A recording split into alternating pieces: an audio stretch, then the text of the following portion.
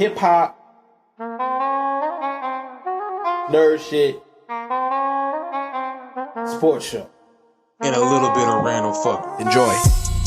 Yo, this your boy Taylor. Black is the new black. This is your good brother, Jonesy. What's up, everybody? My name is Benjamin Anderson. We are now on the Rageverse Network. Black is the new black. Welcome to another edition. Black is the new black. So, without further ado, let's get started. Yo, what is up, everybody? This is Black is New Black. This is our first episode in a while. Sorry about that. But this is the relaunch. We're on a new service. Riverside. So yeah. FYI, in the future, I'm gonna start using my personal TikToks for the show. And we're gonna be using YouTube more. But yes, this is Black is New Black. It's your boy Benjamin Anderson. Y'all know what we do here. Sports, nerd shit, and hip hop and R&B. Hip hop. Yeah. It's a big deal. Wow. Yeah. So Jonesy, Taylor, introduce yourselves. Yo, it's your boy Taylor, man. High shit. Yeah. Fair enough. I plan on getting there fairly soon myself. Yeah. As a proud educator, I do not indulge in drugs, and I represent. Oh damn, my bad. You know what? I forgot you work. We all failed there so much. We all failed. Do what, sir? Please have my portion too. I have to live. Hey, for real, I'm Jonesy. I ain't got no damn sense. Welcome back, y'all. We was out here dadding and working and making all those boring adult choices and things like Pretty that. much. But we're back. Talk about the most insignificant things in your life. You will get no wokeness here. We promise. Yeah. God. Like We for are the most part, yeah. We are the anti-woke podcast. Speaking of which, I have a dope X-Men versus Street Fighter t-shirt. That thing is fine. Nerds. But you fucking right, nigga. Since you own one, I can't own one, or I'm riding your dick. And as a heterosexual, strong black man, I refuse to do so. So I would just admire you. There, buddy. We can't have matching shirts. That's against the patriarch. We can't do that. Yeah, man. Me and my homeboy had the same shoes on one night. I left the club, went home, and put on some. Man, look, if you have the same shirt on, you might as well go ahead and kiss, because that's literally what that means. I'm about to say, bro, like, you niggas might as well take a couple pictures. You better take the Michael B. Jordan pictures with your homeboy leaning over you like a 90s couple with Brandy playing in the background. You want to be down low. All right. Well. And with that, we're going to get into sports. Sometimes I think I do that character too well. And you probably should stop because you're going to start becoming it. You should stop. It's like Cardi B when she was doing that interview crying about going back to the streets because of the music she was doing. I'm like, hey man, just don't. Like, just how about this? Don't go back to the Bronx. Never go back. Don't hang out with Brim anymore. You have millions of dollars. Just stay in Atlanta. I can't. It's cool. Yes. The streets is calling. All right. Record your vocals and send them back to the streets is calling. Drill songs with. Yes. So let's get into the spurts. Let's get into sports. Sports. Biggest news of the day is Lamar Jackson on his Twitter telling everyone that he requested a trade on March 2nd, which was the day that the franchise tag became official. A development with that is, as of like 2 days ago, him and the Ravens were still talking to each other. So this is an ongoing developing thing. There's no reason to swing emotionally one way or another. More likely than not, he's going to be on the Ravens because they don't want. I need people to understand, because I had this conversation with somebody. They don't want to pay him, but they don't want him to leave either. It's not that they don't want to pay him. They don't want to pay him. They don't want to pay him what he wants. Yes, they don't want to pay him the amount of guaranteed money. Yeah. They're almost. Go ahead. Yeah. So they offered him the second most guaranteed money of any quarterback ever. Problem with that is the Browns are idiots and gave the alleged massage therapist molester $250 million. You know what? You were pretty. We almost made it through there. You were pretty nice. I said alleged. No. I said alleged. You were pretty nice on your feet there. I have to give you a hand clap. I have to give you a hand clap. Damn it, Ben! You dropped back about 10 yards. You ducked the tackle, and at the last second, you threw it to the sideline. I said alleged. Open man downfield. I said alleged. All I'm saying, they gave him $250 million. Listen, you could have said they gave Deshaun Watson. If we were on YouTube, we would not be monetized after you said that M word. Yeah. Look, I don't call that nasty nigga by his name no more. That is a nasty nigga. Oh, period. End of discussion. That is nasty. That is his number 2. Nasty nigga number 4. That is his name. Nasty nigga number 4. If you get a jersey, take his name off and put nasty nigga and go to the game. Even if you're white, go ahead. Yeah, even if you're nasty white. Nigga across the back. Yeah. No.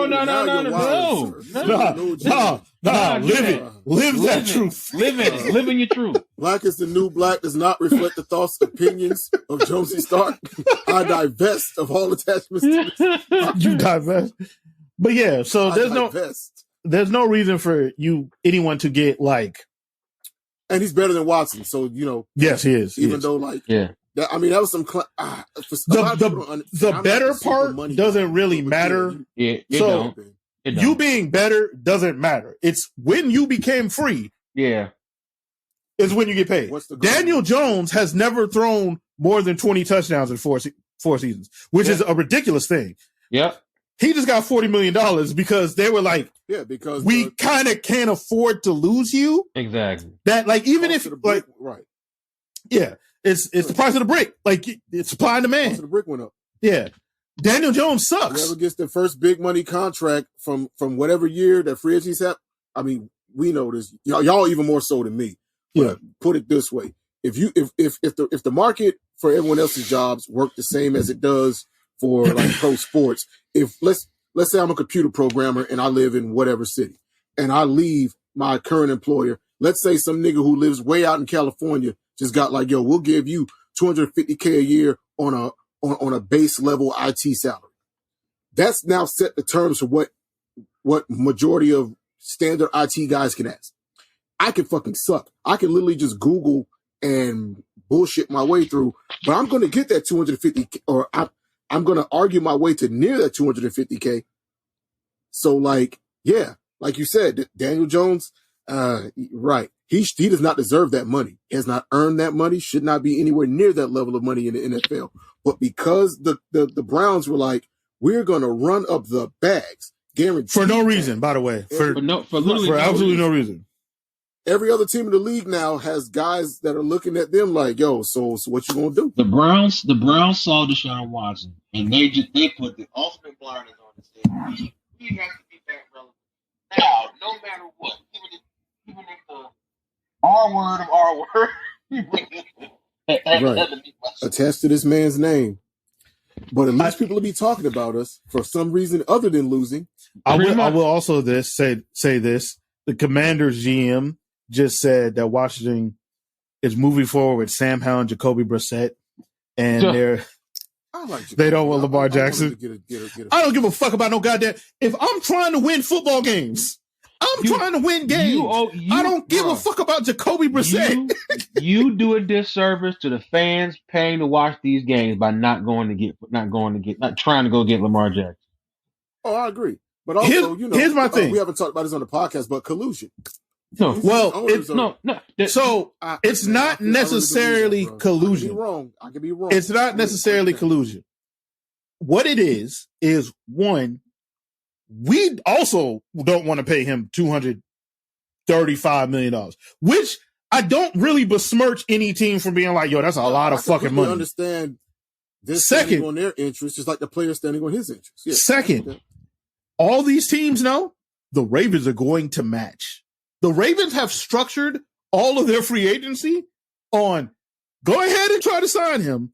We're going to match unless you come and offer him $300 million guaranteed, we are matching. Because what people fail to realize, because I saw these people online saying this, oh, why would he demand a trade? Oh, the Ravens must have all the leverage. No, they don't.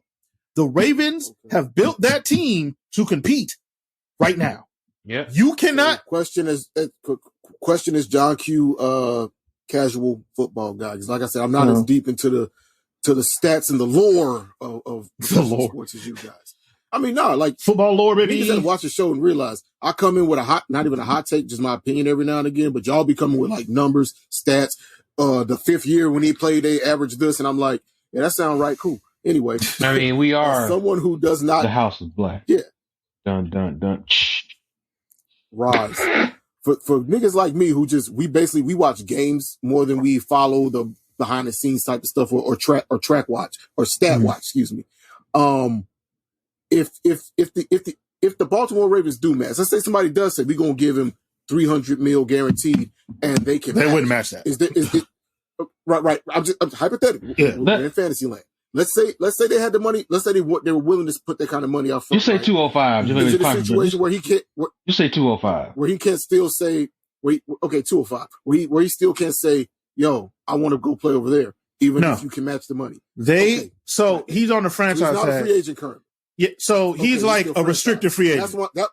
He's a restricted free agent. I wanted to understand his actual status agency or stat. So he could say, I still don't want to play with you. He could say, I still don't want to play for you. And they'd be like, cool. So when you get over that, this contract is still right here. Yeah.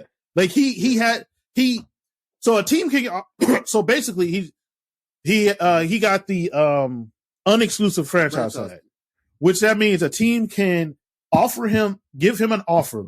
And then if he accepts, Ravens get the opportunity to match or they get 2 first-round picks. The Ravens at no point, unless you give him a ridiculous amount of money, crazy amount of money, like want those 2 first-round picks for some stupid shit. They're like, no, we're just going to match. Like they got their quarterback for the future right there. Yes, they're just going to match. And from what I understand, from what the Ravens are saying, from the way Lamar framed it, and from what insiders are saying, it's not that he has an issue with football with the Ravens. He just wants his bread. So it's less about I hate these people and more like y'all ain't paying me what I should get. This man's career can end on like to the peanut gallery weirdo niggas on Twitter. I don't get super sucked into the sports side. I get those takes and things, but not nearly as much as y'all, because based on my algorithm is like pro wrestling, anime, comic books, and like basketball, and then football like the bottom. But anyway, I've seen on my football timeline, I've seen like a lot, like you said, a lot of weird motherfuckers like, oh, after all the team is done for him and and how can he turn his back on the organization? I'm like, look, this man, I know how you feel, Taylor. Let me finish real quick. But him and any other player in that league, in any league, really, any professional sports avenue, even like NASCAR, any of that shit, right? Their careers and or lives could potentially end at any given moment playing these games for our entertainment, competing in these sports for our entertainment. I'm generally workers over organization end of the day anyway, but that's like some leftist shit. We're not going to turn our podcast into that. It's what we come to escape from. But nigga, if I'm Lamar and I know I can get hit the wrong way and maybe not be able to play with my kids in the future, I need to take care of myself now. I love this game. That's why I come out and I still do this. This is why I played it from age whatever till now. But I need to ensure my generational wealth and health and all of that right now. Because of all the talk that throughout our lifetime as fans, we have seen these organizations, when you stop producing at the level they want you at, they will trade you. They will take the money back. They will do whatever. They will leak stuff to the media to make you look like the problem. There is no loyalty in pro sports. We need to get over that concept as fans. Because these organizations the issue with nigga, I'm a Colts fan. Them motherfuckers left Baltimore overnight. The issue with said fan is that a lot of these people have bought into the organization over player shit. They've actually bought into that shit.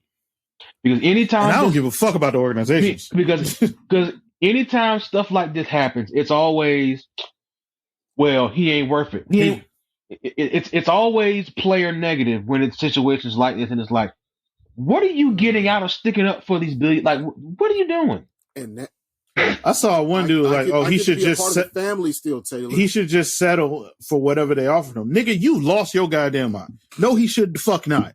You settle, nigga. Like, look, bro, that's my thing. Like, he shouldn't settle for shit. Our jobs. My all-time personal favorite. Well, he's already making more money than he don't have my job, and I don't have his. He don't play my job. Unfortunately, I get it. I remember in high school when we had to do like a debate thing, and I was like, teachers should be getting paid what athletes get paid. My mom should be negotiating contracts on the Kobe Bryant level based on what she gives to society and the world at large. It's nice to think. Grown-ass men playing churches games. And here's the thing. Nice in theory. Our society values that thing. Like, let's say the world flipped and tomorrow morning that's how the world works. Do you niggas think I'd be teaching in the district I'm teaching in now? And they know where I'm at, so that's why I'm asking you. Right. Or do you think I'd be negotiating to get myself to a quote-unquote winning school system out of state? And I mean, it's not run the bag too. It's nice to think that your mom or some teacher should be paid that, but your mother or any teacher is not bringing in billions of dollars. So it's nice to think. Also, like that's not like I just capitalism, kids. Exactly. And also, I just don't give a fuck. Like I don't like I don't watch these niggas' pockets like that. So like I don't care. That too. Like he should. I'm still a fan. Like I don't watch these niggas' pockets, man. If you got to your grown up age and you're still like, well, they've got a lot of, you need to fucking go grow up. You need to stop. They do got a lot of money, and he deserves more. My nigga said, grow up some more. Grow up some more. Please. Some more. I feel you, bro. Fucking like, grown dorks. As a fan of a franchise, I will probably be like, the royal we wasted money on this contract if it's like egregiously stupid. Like if the Lakers are like, yo, we're going to pay Dennis Schroeder, LeBron money. No, we shouldn't do that. I mean, I'm not even paying it. So like, there's no real we, but like you said, because the way we engage with sport and society is kind of like the last vestiges. Parasocial. Well, no. What it is it's small scale nationalism is what it is. Yo, that's the term I was looking for. It's like, it's like them human kids in X-Men that wanted to go to Krakoa. Like, you can't come here. Yeah, but you can't come. I mean, you snuck on one time, but you're not supposed to do it. Like, I genuinely don't give a fuck. Like, you pay him $1 billion, I don't care. It's not my money. I don't give a fuck. It's not coming out right. I don't care. Again, like I say all the time, bro. South Carolina, right? So we don't have like that's just not hitting us because our okay, I'll put it this way: if we were in Charlotte, right, and the Charlotte Hornets were like, "Yo, we need to pay this young hot player," that doesn't come out of taxes. That doesn't come out of taxes. No, it doesn't. Not directly. It doesn't. No, not at all. It comes out of. How did that work? Well, basically, the owner has to put a bunch of money in escrow. It doesn't come out. You are never paying their salary. Yeah. Okay. All right. Well, you know what? See, and hey, everyone! Internet moment of transparency. I did not know how this works, so thank you for explaining that to me. Because here's how I thought it worked. Now you will pay for a stadium. They'll make you pay for a stadium. Yeah. That's what I'm saying. Because we pay because states and cities pay for stadiums and shit, right? My thought process was, or even if we're not paying for that out of taxes directly, right? My thought process was, we got to raise the tickets. Well, now we got a premier player. We're going to get some more wins. We're going to raise the tickets. Oh, they're going to raise the ticket prices, but that has less to do with the player and more to do with y'all niggas want to come see him. We're going to raise the tickets to come see him. Right. That's my thing. Like at some point you're paying as a fan is what I was kind of working towards. Oh, yeah. But thank you for breaking down the technical standpoints of that, because there are fans that feel like if we pay this player this, I'm paying their taxes. Or you ain't paying a goddamn I'm paying their salary. And it's like, especially if you're like an out-of-state fan, like imagine me as a Colts fan who lives in Bro, it don't matter where you at. Man, I can't believe if you have that opinion, you are a ridiculous human. Yeah. You are like I said, more likely than not. Sound effect, Ben. Throw the clap over there. We got sound effects now, y'all. Oh, yeah, we do have sound effects. Hold on. Clapping. Hold on. Live. Hold on. Give it a second. Let me pass on the gun next time, man. Listen, I wasn't expecting someone to ask for that. So this is a new system, y'all. We're practicing with it. Ben, can you set up like a virtual soundboard on your end? Because I have it right there. Oh, perfect. Yeah. Hey, bro, we about to get ignorant up in here now, bro. Yes. Hey, when we do debauchery, we're gonna have a nasty. Eventually, we're gonna have some prime Jasmine Cashmere to intro that. Oh no. We are okay. Sound like I've now made myself management over the brand. Sound like a fucking. Even though I divested earlier, I divested so I can reinvest in it, purchase all assets. The damn show gonna start sound like a fucking lawnmower that went off in his mouth. Right. But yeah, man, more likely than not, he's going to still be on the Ravens. Until the trade is made, I don't believe they're trading that nigga. Yeah, now, if I'm a team, if I'm the 49ers, I'm trying to trade for Lamar Jackson. Goddamn right. Like if I'm the 49ers, like, hey, y'all want Trey Lance? You saw how far they got with what they had to work with. Fucking Brock Purdy. If you add Lamar, hey, Brock was doing his thing. Nigga, Brock he did his job. No. Brock Purdy is not you good. Couldn't That's do not. it. He's not good. Like That's fine. That's fine. That's okay. Brock delivered what he's supposed to deliver. Delivered what? Team that was an L? Delivered an L in the playoffs? Against the best quarterback we've seen in our lifetime, man. Maybe don't be brittle. Here this nigga go. Because that's what happened. Maybe don't be brittle. Maybe I'm wild. Hold on. And also, who else was don't be good. Be better. Trey Lance for a while, Jimmy Garoppolo. Trey Lance broke his leg, and then Jimmy Garoppolo, I think, also broke his leg. They had very shitty luck and made it that far. If you have somebody as sturdy and steady as Lamar with those same guys, nigga, it's cook season. I would love to see a team because imagine how horrified you would be as a defense. Right. It's Lamar standing back there with fucking Christian McCaffrey on one side, Deebo Samuels on the other side. Yes. You got fucking Brandon Ayuk on the outside and George Kittle. Defend. Right. Stop that. Yes. Right. Exactly. Do something. You know what? For chaos' sake, I would like to see it. Right. I just want to see. I just want to see it. Or Miami. There's no reason to keep Tua. There's not. There's no reason. And that's no knock on Tua. It's just his. Yes, it is. Yes, it is a knock on Tua. He was not good already. Tua is not good. He was not. Tua is not good. Tua is not good. Last season, when teams were like, "Hey, we're going to make this difficult for you because you don't throw to players, you throw to spots." Yep. He looked like ass. He had multiple of the worst games I've ever seen a quarterback play. Look. Teams were like, nigga, we're not letting them get to a spot. And he was lost. He was like, oh shit. He's not good. He's smoke and mirrors. He's not good. It's a lot of smoke and mirrors. It's a lot of smoke and mirrors. Because Jalen Waddle, the real quick explanation of what with Tua, and then we'll move on to the NBA.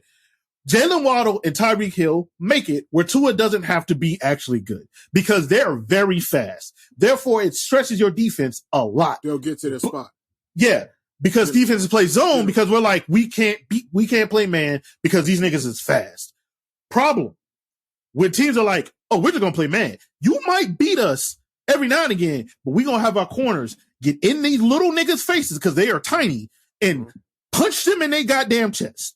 And we're going to throw off all of your fucking timing. Yep. The moment they did that entire offense crumbled. The Chargers did it to him, and the 49ers did it to him. Because that nigga throws to spots. He doesn't care if the receiver is even at the spot yet. He's throwing to a spot.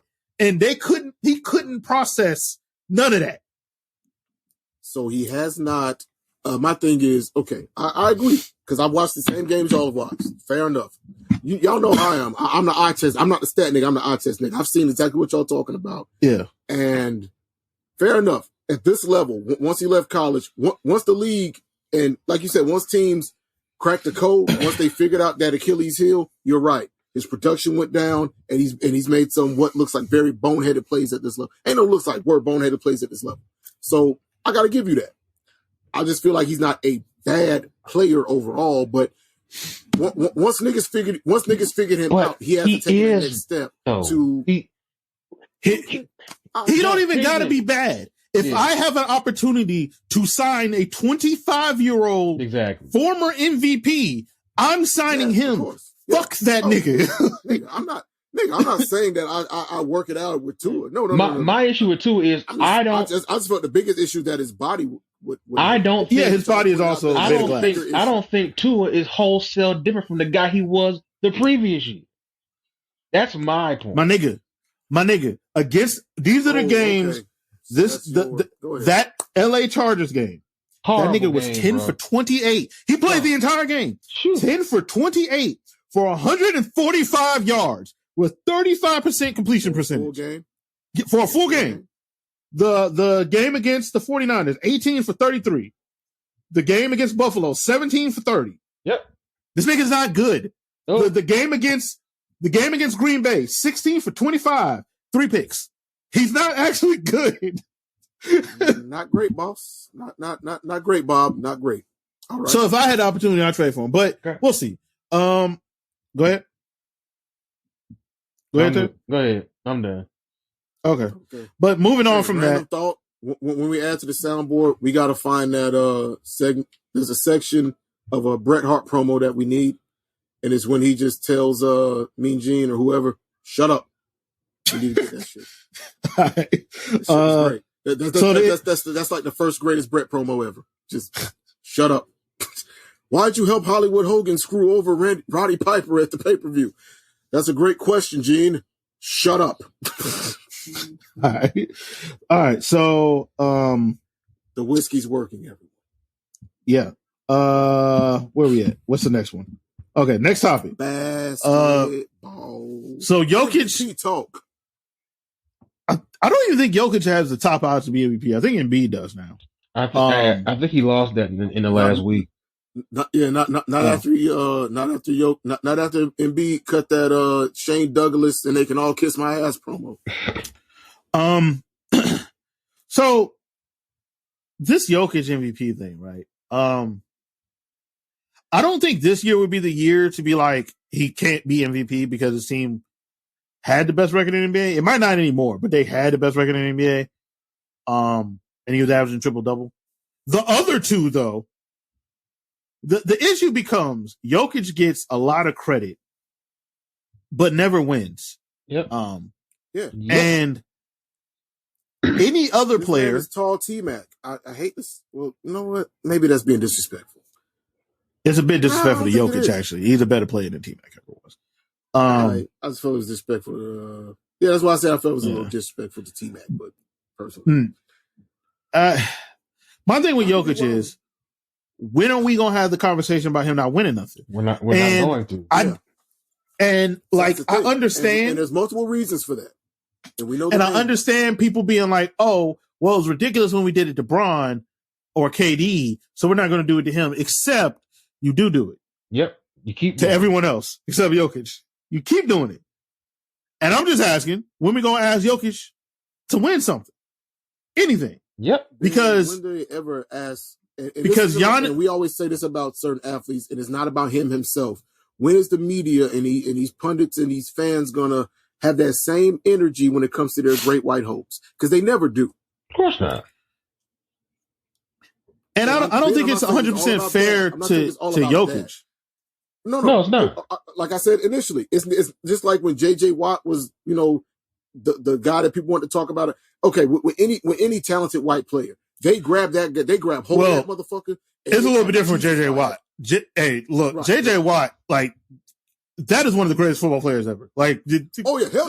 Like, that was a different. That's why I want to clarify. That's why I want to clarify. Like, it's not about the individual players. These guys are talented, but when they get any guy, football's a little bit different.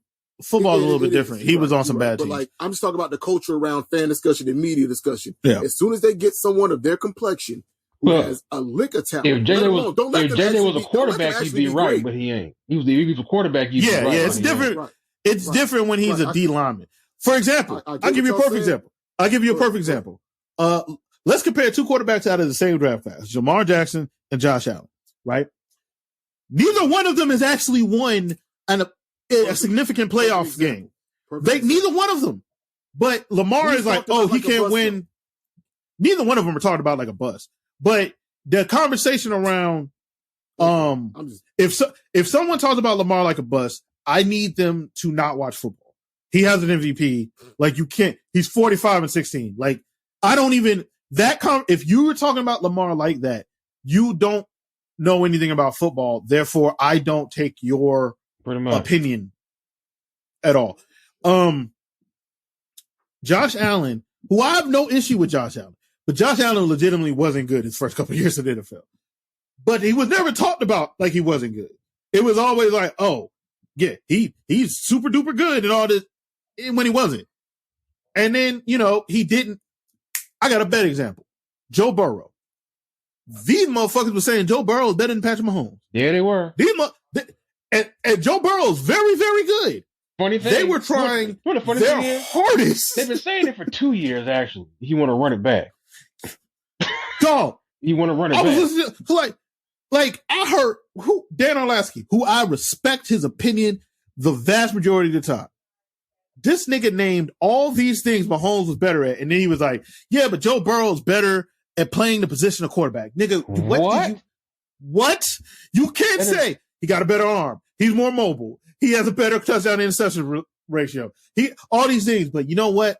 That Joe Burrow, man, he's just better. What? That don't make no goddamn sense. You know what, man? But you know what, man? Joe Burrow smokes cigarettes and wears chains, so I gotta give it to him. And again, it's no shame. Also, they did this to Patrick Mahomes, which is weird because Patrick Mahomes is very close to looking like a white man. If you squint, like, oh, that's a white dude. Until you see that Sideshow Bob looking nigga from Color Me Bad Hair. Well, yeah, and you see his daddy. That's what gave him away. And you see his daddy, who left the neighborhood mechanic. He left the Bengals game like smoking on that Joe Burrow pack. Like no, he said smoking on that Burrow. On that Burrow. That nigga had a wood tip. Smoking on that Burrow pack. On that Burrow. He had a wood tip Black and Mild and a goddamn Thunderbird can in his hand walking out. And for those who don't know, Patrick Mahomes' daddy, Pat Mahomes, very good baseball player. Yeah, wouldn't know from looking at him now. No. He played for the Brewers, didn't he? The Twins. Was it the Twins? Twins. It was Twins. Okay, I knew it was somewhere up in there where they talk like the Dutch. The Burrow. Smoking on that Burrow pack. But yeah, they tried to do it with Joe Burrow after he didn't actually win nothing. And I like Joe Burrow. Same thing with Jokic. I think Jokic is an excellent basketball player. I need these white pundits just keep the same energy. Remove his dick out of your throat. Relax. Like the way they talk, fucking like that. Like, oh, he's the best player in the NBA. No, he is not. And like, he is not. Have you caught the new thing that they did this year? They've tried to analytics their way to him being a great defender, and like, nope, I will not accept it. He is not. It's okay. It is okay to say someone who is as analytics say. All right. I don't give a fuck about no goddamn analytics. Nigga, he is an amazing offensive player. Yep. He is a cone on defense. And it is okay to say that. It is okay. That's my issue with when you talk about him. They act like you can't be like, yeah, he is amazing on offense. Like analytic, every counting stats, analytically, all that. He is a monster on offense. He might be the most skilled ball handling of big man with the passing on we have ever seen. That is okay to say. Let me tell you and then something. On the same Ben just did an Olympic figure skating job of basically, and also saying he's not Joel Embiid. Everything he just said was basically just Joel Embiid. The nigga ain't Giannis. Like I can start. He ain't Anthony Davis. Nope. He's not Anthony. He's not Giannis. He ain't Davis. He ain't fucking KD. I think LeBron, when healthy, is still better than him. I think I could just name Jason Tatum better than him. Yeah. I'm gonna be honest with you. Don't do it. I'd probably take DeAndre Ayton over him. Like I don't like the way he plays basketball. Like all that, like that's cool, nigga. I need your big ass to stop somebody. Again, I need you to block a shot. You know the two issues with him, and you can go back to watching that Lakers. It's the defense. And it's also offensively, if you continuously make him have to make tough shots against like other comparable players and shit, he can't like overly dominate a game. And to be clear, skilled player. Excuse me. Great player. I saw him get bullied by Embiid. I saw Dwight Howard upset. Yeah, that's also a thing with Jokic. Are we ever going to talk about him being kind of a bitch? Because he does that. Yep. Like when you foul him or frustrate him, he does weird bitch shit, and then his big goofy looking brothers be standing up like they gonna do something. Like they can't. Like this ain't America where we got guns everywhere, nigga. You will get shot. Yeah, when they were threatening the Morris brothers, like you will get shot, bro. Marquise Morris was out the rest of the year, dog, with whiplash and shit, dog. Yeah, like he does that kind of shit all the time. This is not Yankees-Tunisia, my nigga. Like, we have. He pulled that shit on Devin Booker. Like he did some weird shit to Devin Booker. Like I'm all for like you ain't gonna punk me, right? Yeah. Like Luka does that a lot. Mm-hmm. You ain't gonna punk me. I'm all for you ain't gonna punk me. What I'm not for is you being a bully. They both like you're a bully. Do goofy ass shit sometimes. They both do that goofy ass shit. Well, sometimes. Yes, Luka does goofy shit. Well, Luka do goofy shit to the refs. Luka gotta relax. That man is stressed, and it's not Kyrie's fault, guys. That he's stressed. No, that team is bad. Like the people in Boston, the people in Boston who still hate Kyrie are blaming Kyrie for the Mavericks. It ain't his fault. You just took Hotep AI and put him there. That's not his fault. They're bad. They were bad before he got there. He don't help nothing. He ain't helping nothing. No. But they were bad before he got there. But yeah, man, like if he wins MVP, fine, whatever. I think if the Lakers end up getting the eighth seed, I think the Lakers beat them. Like I think the Lakers beat them if they're eighth seed. I think if the Lakers are healthy going into this year, I think they beat them too. Yeah, like I don't think they're that good. I don't think he's good. Well, that's not fair. I think he's very good. I don't think he's that dude. He ain't 3 MVPs in a row. No. Good. He's not. You win 3 MVPs in a row, you have to have a championship. Period. Point blank. Here's the thing. Me and you had said this when Giannis had won those 2 MVPs and 2 defensive players back to back. No, what Giannis did? Giannis said, "Get on my fucking back." Win a championship. He said, "Get on my fucking back." Win a championship. Yep.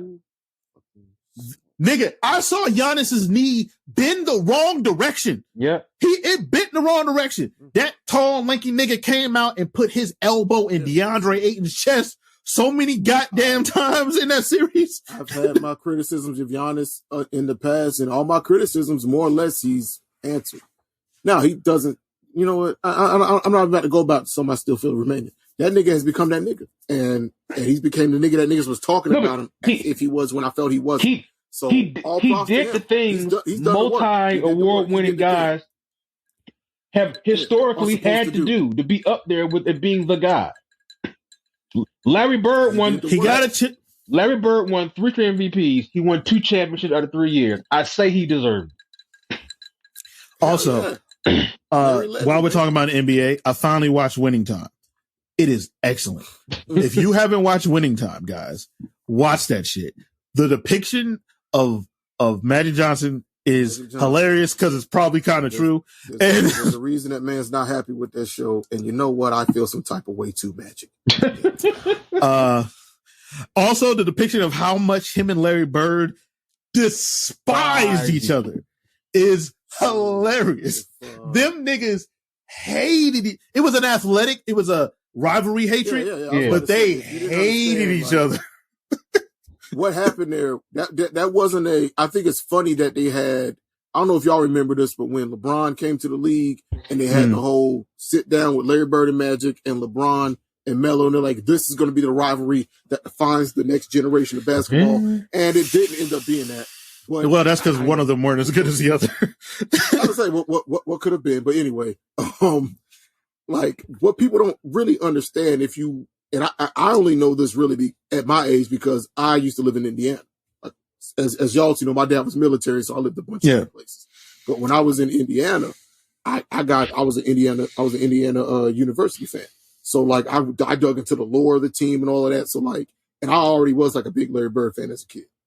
So like I got to learn more about how far back his rivalry with Magic went. To like all the way back to Indiana State versus Michigan State. And the whole thing with that is also both of their schools were kind of like the other schools in the state as far as basketball went. So it was like, I don't even think Indiana State even exists anymore. Or at least a basketball team. I don't think. Oh. Yeah, they ain't got a basketball team no more. Yeah, I don't think so. They might not. Anyway, we have to Google that. But do your Google fools, nigga. But like these motherfuckers hated each other for a long time. Oh yeah, like, they got a team. Like you said, not on some, I hate him because I know him, but more like, man, this motherfucker been giving me a hard time since I got a name. Since I went national, this dude has been in my way.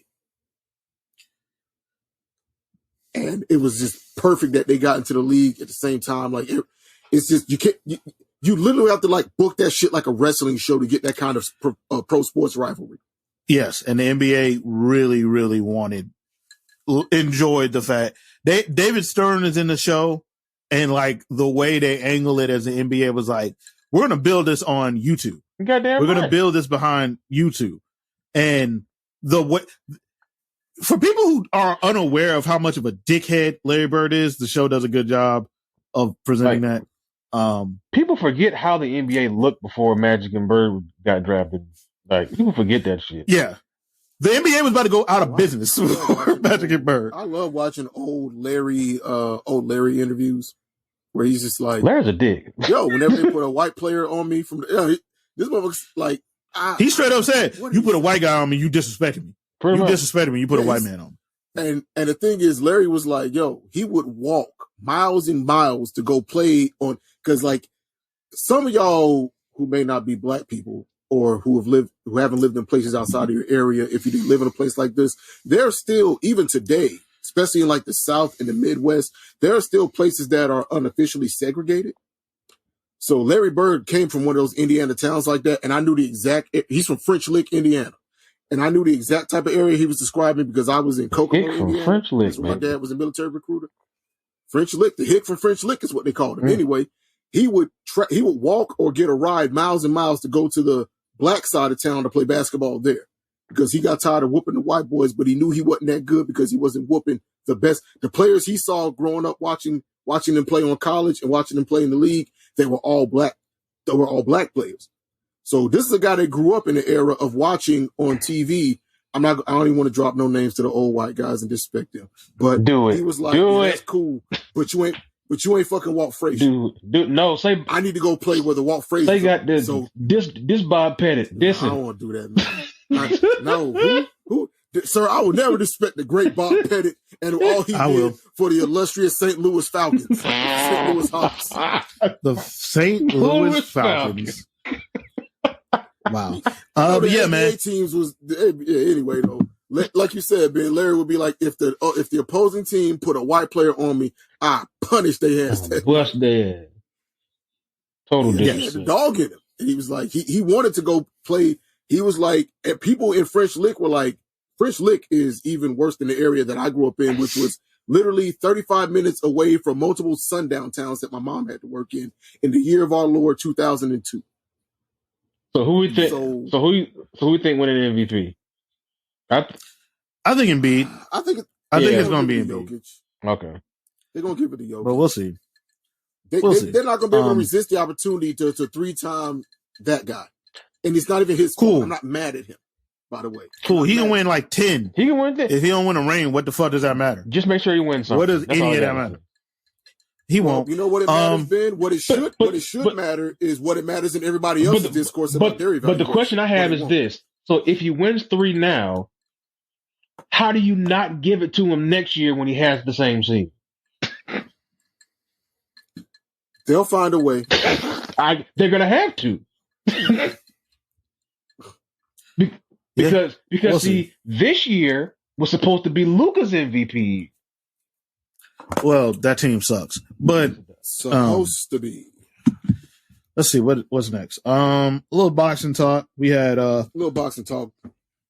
The Benavidez this weekend, but just the main one. Yeah, Benavidez. The Benavidez plant fight. Pretty good fight for the first 6 rounds. It was pretty competitive, and then Benavidez pretty competitive. Just started walking the dog on this man. Yeah, it was a pretty good fight. I give Plant his props. Plant said, "I am not going to die." Yeah, Plant said, my wife is in that crowd. He said, my curly-haired light-skinned girl is in that crowd cheering for me. I'm not going to get knocked out in front of her. And maybe, brother, you should have, because the way that CTE is creeping up on you between this and that Canelo fight. You got a hell of a chin, man. Caleb Plant has a hell of a chin, but that was clearly Benavidez's fight. I'm ready for Benavidez versus Canelo. Also, Ben, we talked about this before. I don't know if Taylor was here when we had this conversation. Can we dead this Canelo is ducking Charlo fight, Charlo conversation in boxing fandom? Boxers aren't generally scared of other boxers, guys. That's not how this works. Like anyone who believes like pro fighters are scared of other pro fighters don't understand pro fighters.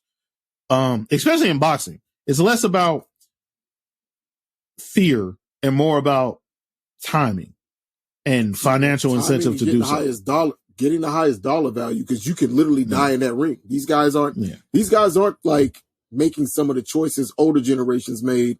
And that kind of bothers me to a degree. I would love if more of the top boxers fought each other all the time. Exactly.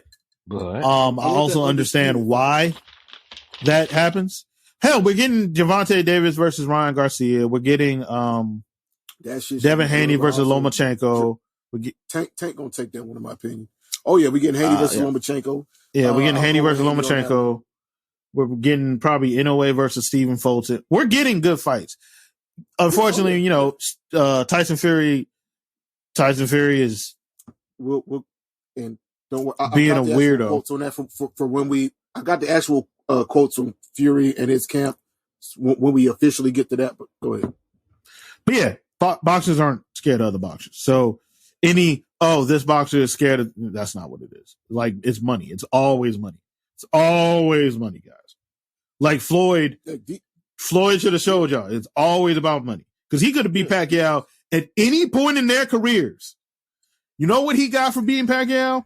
$500 million. But you know what, Ben? Ben? To this day, you can't convince him of that shit. As a Pacquiao guy, I hate that sentence, but I can't disagree with you. He would have beat him at any time they fought.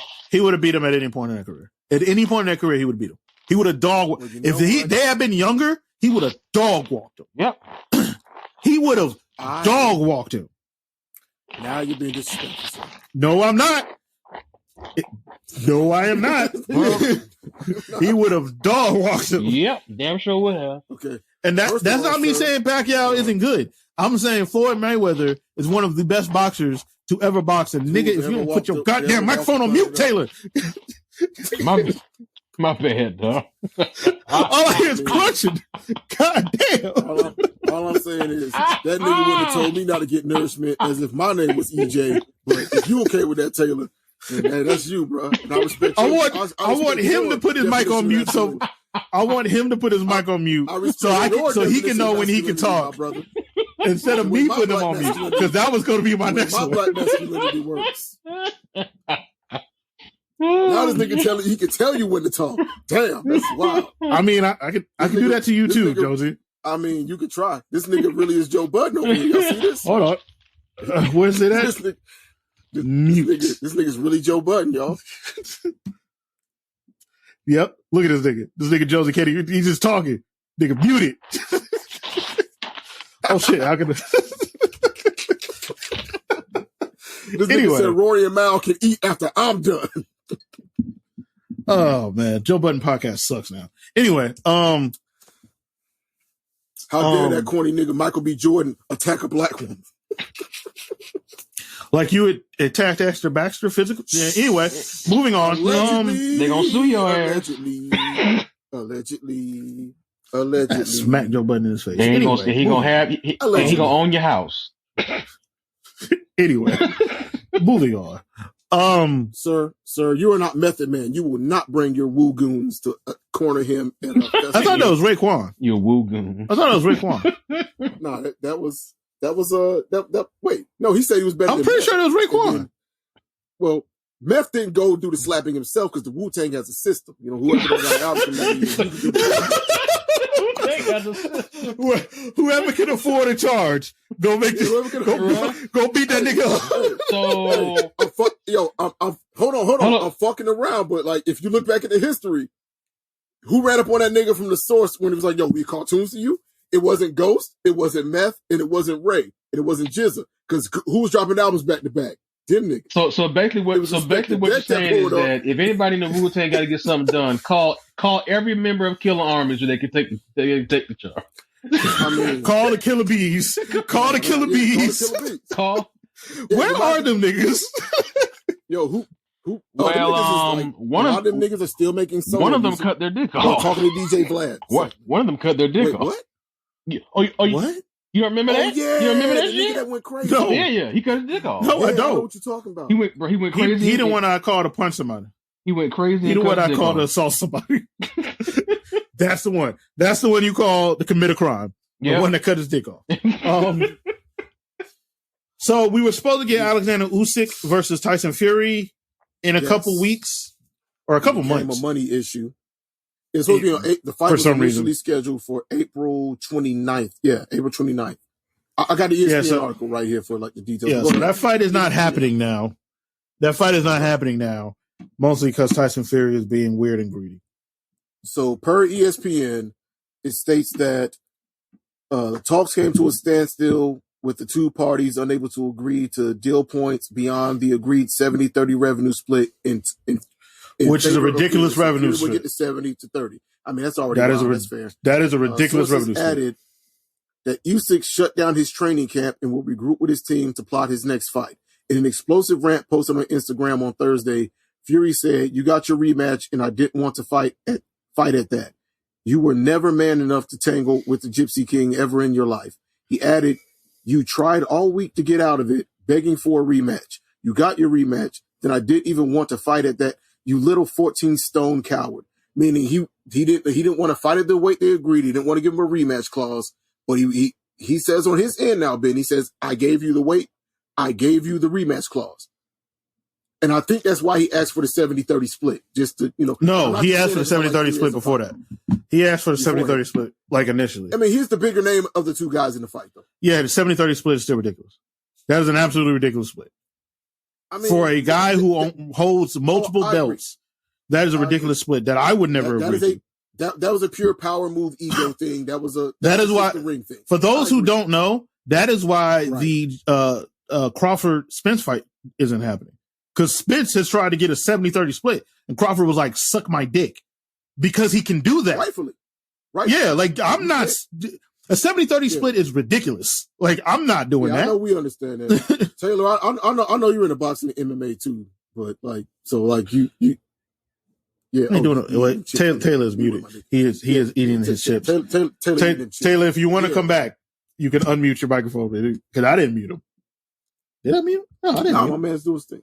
No, anyway, so like Ben said, like when you're too high level. He said I'm throwing it in the middle.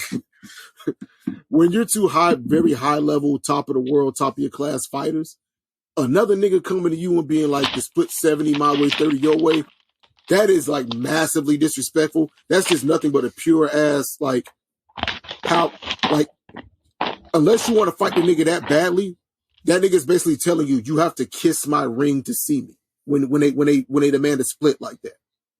So yeah, like what Ben said wasn't like a wild response, because if Crawford literally told him suck my dick to his face, he wouldn't even be wrong based upon that man telling him to do a 70-30 split. Basically, like imagine trying to give the fucking cartel a 70-30 split.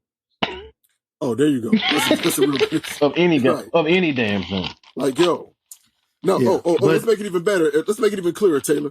You tell them you want a 70-30 split your way, and you're gonna be dealing in Mexico. Yep. Yo. Yeah. You're gonna be living there forever. You ain't going nowhere. Yep. So moving on to the nerd shit. Let's see what we got. So y'all find any animes, y'all? Yeah, I just put like Anime Rex. So I watched. Go ahead. So as far as Anime Rex, I'm watching Blue Lock right now. I'm a couple episodes into Blue Lock. Which is a soccer anime. Filtered through. Outside of that, when anime, huh? I said filtered through like Battle Royale. Is what I heard. Yes. Yeah. It's like Hunger Games meets like it's like Bender like Beckham. Nigga, I'm the better striker. No, I am, you bitch. Well, let's do this shit. It's Karuka. It's basically Karuka no basket. Like these niggas don't got powers yet they do. Sort of thing. Prince, like because every sport Karuka no seen like Prince of Tennis. Hajime no Ippo. Watch the Yeah, Hajime. Did y'all ever watch the? I never watched the sumo one. No. I heard it was good. I never got around. That other basketball one doesn't have power. That's probably the only one I've seen where they don't. What, Slam Dunk? No. It came out a couple of seasons ago. Fucking Asura, whatever. They create the team in high school and whatever. Yeah, they don't got powers. Oh. Yeah. Well, Karuka, it's basically Karuka no basket, where they have powers but don't. Like the show is like, oh, they don't have powers except they're doing shit that is not human. You just highlight something that would be like, really like Allen Iverson would get a power in the show, although it's just this nigga. I just watched the street ball nigga in a Karuga no basket. No, bro. We've all seen the dribble, the dribble clip. Super Saiyan Ray Allen shooting the ball 85 feet in the air and fucking coming down. He was shooting the shit straight up in the air. And it just, like what? He would just shoot it straight up into the air and just leap like.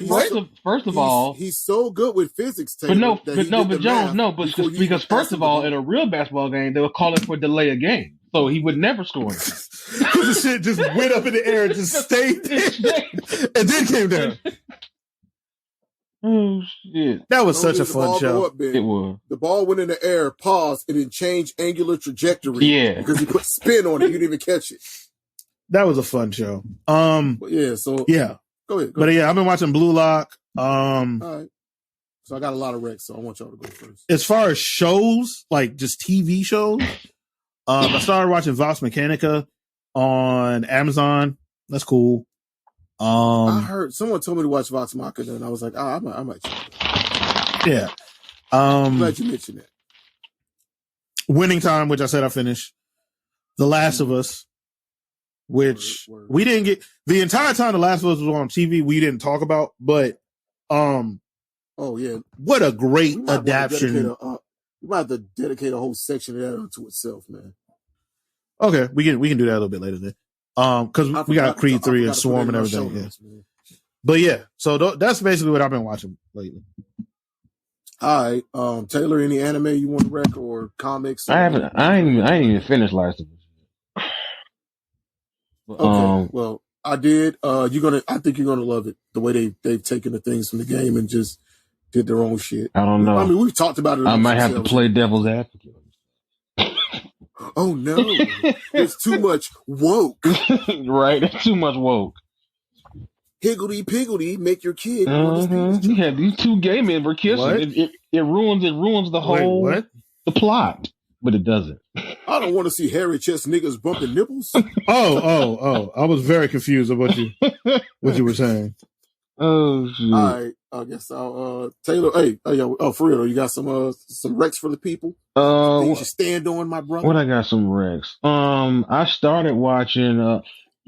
Okay, you know what I just finished, and it took me like a year to watch the whole thing.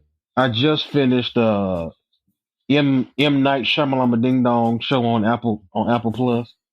The Servant. What show? The Servant. How was that? It was. Yeah, I'll say this. I think the first 3 seasons they do a good job of like being like a thriller mystery and it works and shit. It works. Now I'm halfway through the last season. It's losing me. So kind of like it's M Night Shyamalan. Yeah, it's on season 4. Goddamn. Oh man. What else? It's M Night. Eventually, he's gonna lose you. Yeah. What I watch? Oh yeah, I started this show with fucking Christopher Walken in a fucking TV show. Ain't that some shit? Oh yeah, I saw you. That's some shit. What Christopher Walken show? It's called The Outlaws on Amazon Prime. I was like, this trailer is everything. This trailer is pretty fun. Speaking of speaking of Amazon Prime, because if I don't say this now, Taylor, I'll forget. The Peripheral. Oh yeah. I heard. I still ain't got a chance to watch it. Bruh. Yeah, bro. That's, Yo, hey, bro. Jones. Girl, Chloe Grace Moritz. Go ahead, bro. You know what? No, you tell him, bro. You know what I stopped watching, bro? And like, it's probably not even bad. It just lost my interest. Fucking his Dark Materials. That also lost my interest. I used to talk to you about. There's so many good actors in it. It's just, I heard that the show went from strength to strength. Like you know the nigga we fuck with from the Game of Thrones shit in Deep Geek. Yeah, Robert with the great voice. That nigga was like, he swears by it. He's like, I know a lot of season 1 lost a lot of people. Come back. I'm like, I believe you because you've never led me wrong, my nigga. But the way my soul is set up after watching season 1, it lost me, though. I was like, you know what? There's so many things I watched that I loved immediately. And it wasn't like nothing was bad. I mean, the show looks fantastic. It has great actors in it. It looks great. I can't put my finger on it, fam. Like now, like I said, a guy that we both respect highly said, give it another chance, dive back into it. If you stopped too early. And I believe him. I just got to find the time for it. I do intend to get back into it. But, okay, well, I mean, I don't know. I try to find, I try to find other words, but I just keep coming back to I'm bored. But you know what? Your time is precious.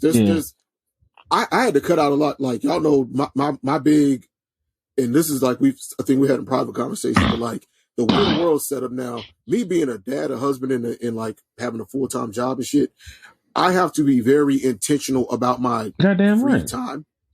So like as y'all can tell from my podcast, we're into a lot of different shit. Sometimes it's basically just a wrestling podcast with that other shit to fool you niggas. And like, even with like my wrestling fandom, there are times where it's like, yo, there's a big New Japan show coming. I will see that 2 months from now when I actually have time to care during the summer. Yeah. Even though it'd be a 3-month-old show. Yeah, I said 2 months from now on a 3-month-old show in the future. Fuck you. I'm a time traveler. Also, like, nigga, sometimes it gets to a point where like comics or anime are like a job. Like, damn, I'm still like, I don't know about y'all. Like, I know y'all do digital, but I do like physical issues to like help my shop out. So like, I've had like a pull list y'all been in my crib and seen a stack of comics just sitting. And my brain is like, that's work. I left work, but now I have to do the work as a fan to read this thing to tell other people how great it is to support it. Right. And it's like, yo, sometimes I got to take a break from my hobbies. Gaming basically fell to the wayside.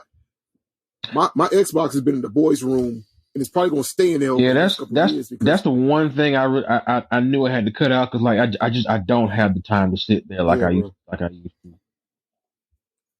Y'all niggas know I'll be on the that's phone what I do. Like, I'm gonna get one more mission done, and I'm gonna get one more mission done and fall in order, and I got to go to bed. Tay, and it's like, oh yeah, I beat that boss.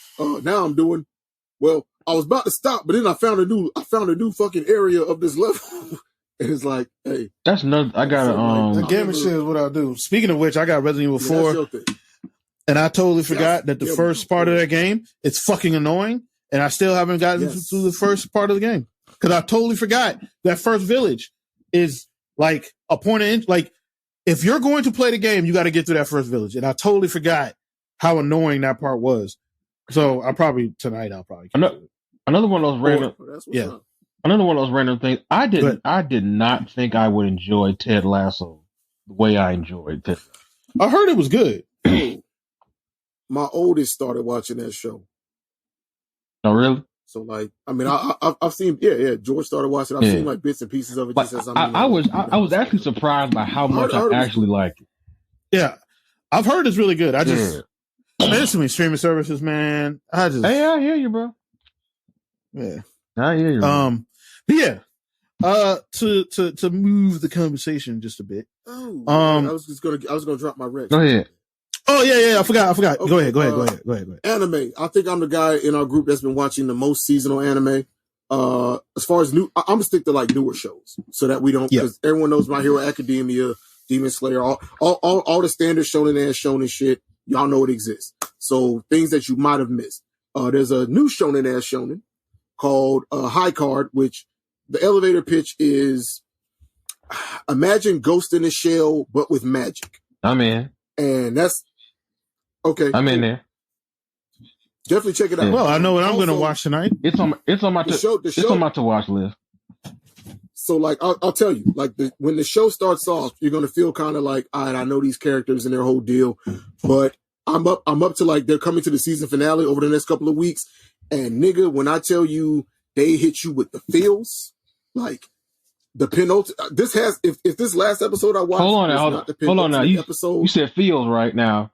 Now, Ben, yeah. Are we talking about Biscuit dying and fucking, in I don't need those type of feels, Jonesy. I don't need those feels, Jonesy. I'm gonna put it to you this way: there is a character in this show that is basically Spike Spiegel, and you're probably gonna pick him out, but you're not gonna understand just how much this nigga is Spike until he does what he does towards like episode 9 through wherever I'm at right now. But there's like a couple moments going, like the show doesn't like take a breakneck turn. It's stuff. You'll start putting together the things that he said and done throughout the series. Basically, he's the main. Is he like Spike Spiegel, as in like damaged ex-assassin man? Because that's what Spike Spiegel was. Like, nigga. Okay, I'll put it this way, nigga. Ain't no X. Oh, okay. Yeah. Oh, okay. Okay. Spike Spiegel is a lot like John Wick. Yeah, he is. It's almost. Never mind. It's almost. Yeah. It's almost so like it was it started as a. Speaking of which, pitch. Totally off topic. Taylor, I'm about to join you. Goddamn right. Oh, gang. Goddamn right. Me, if I didn't have to get up at 5:45, because I heard that I knew a person that knew a person. That's all I'm gonna say on that. But anyway, my brothers. So I'll put it this way: the main character's mentor. Let's say he's Spike pre-cybernetic eye. Okay. Oh, okay. Yeah, Ruler Cool character. He's our Ruler Cool character. Okay. The guy he takes in is our, what's a good character to compare him to? He's our good shonen boy that tries hard. And he ends up working for this government organization that is in charge of, basically, like, imagine all these characters are different. All the characters at this agency are different representations or aspects of James Bond, right? Except our new kid. And the main guy, mentor, it's like, yo, like the world building in the show is really good. The combat system and the quote unquote magic system. Like, Ben, if this was a Final Fantasy game, you would love this shit. I can't wait for the next Final Fantasy in June.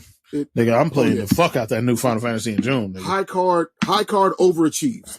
I got you. It doesn't reinvent the wheel, but everything it approaches is one of those shows that. Hey man, you don't have to. You were talking about Gold Kamui. Yeah. Like, I'm not looking for it to be fucking. Yeah. What's my favorite show? Like, and I'm not looking for it to be Full Metal Alchemist. It's just, So like, Nier Automata, version 1.0 or 1. Whatever. They adapted Nier Automata to an anime with some shit they should have did years ago. Speaking of, all the lore is there. Go ahead. Well, not all of it, but kind of couldn't, because the original Nier is so fucking weird, and it's two separate games. They started referencing the original Nier. Okay, but like, so you know how complicated and all that shit is. They've done a great job. And now I didn't play the games. I just read through the lore and watched videos on the lore, so I know how convoluted lore of Nier is. Stupid. It is dumb. The lore of Nier is only outdone by the fucking lore of the Blaze Blue fighting game series. Oh my god, that is nigga, right? Yeah. That is a madman's error. Well, that and anything Fate related. Go ahead. Yes.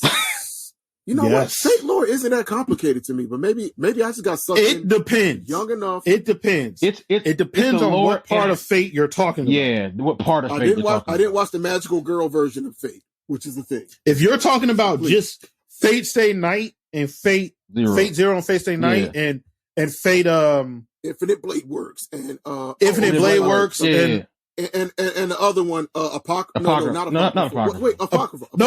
No. So the other one, Zero, Babylonia. Babylonia was the one where. See, this is why. No. Zero, Stay Night, and Eternal Blade Works, all same timeline, sort of. Like, it is a decision someone makes that splinters them out. That's one set. We just proved our point though by like not. But see, this is contained. Yeah. This one is contained. That part is contained. Leave that over there, because like that story makes sense. Leave it over there. Babylonia, Apocrypha, that's just random shit they just be doing.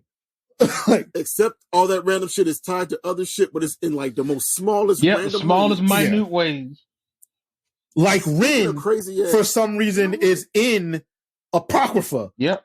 Or is she in Babylonia? She's a spirit in Apocrypha or Babylonia. She's in one of them. Ishtar, Ishtar looks like Rin Tosuka. Because basically they took the opportunity to take Rin's character design and put age her up a bit. Outfit. Yeah. All right. Somebody dropped the Giguk Fate video. Drop the Giguk Fate. Also, drop the Giguk Fate.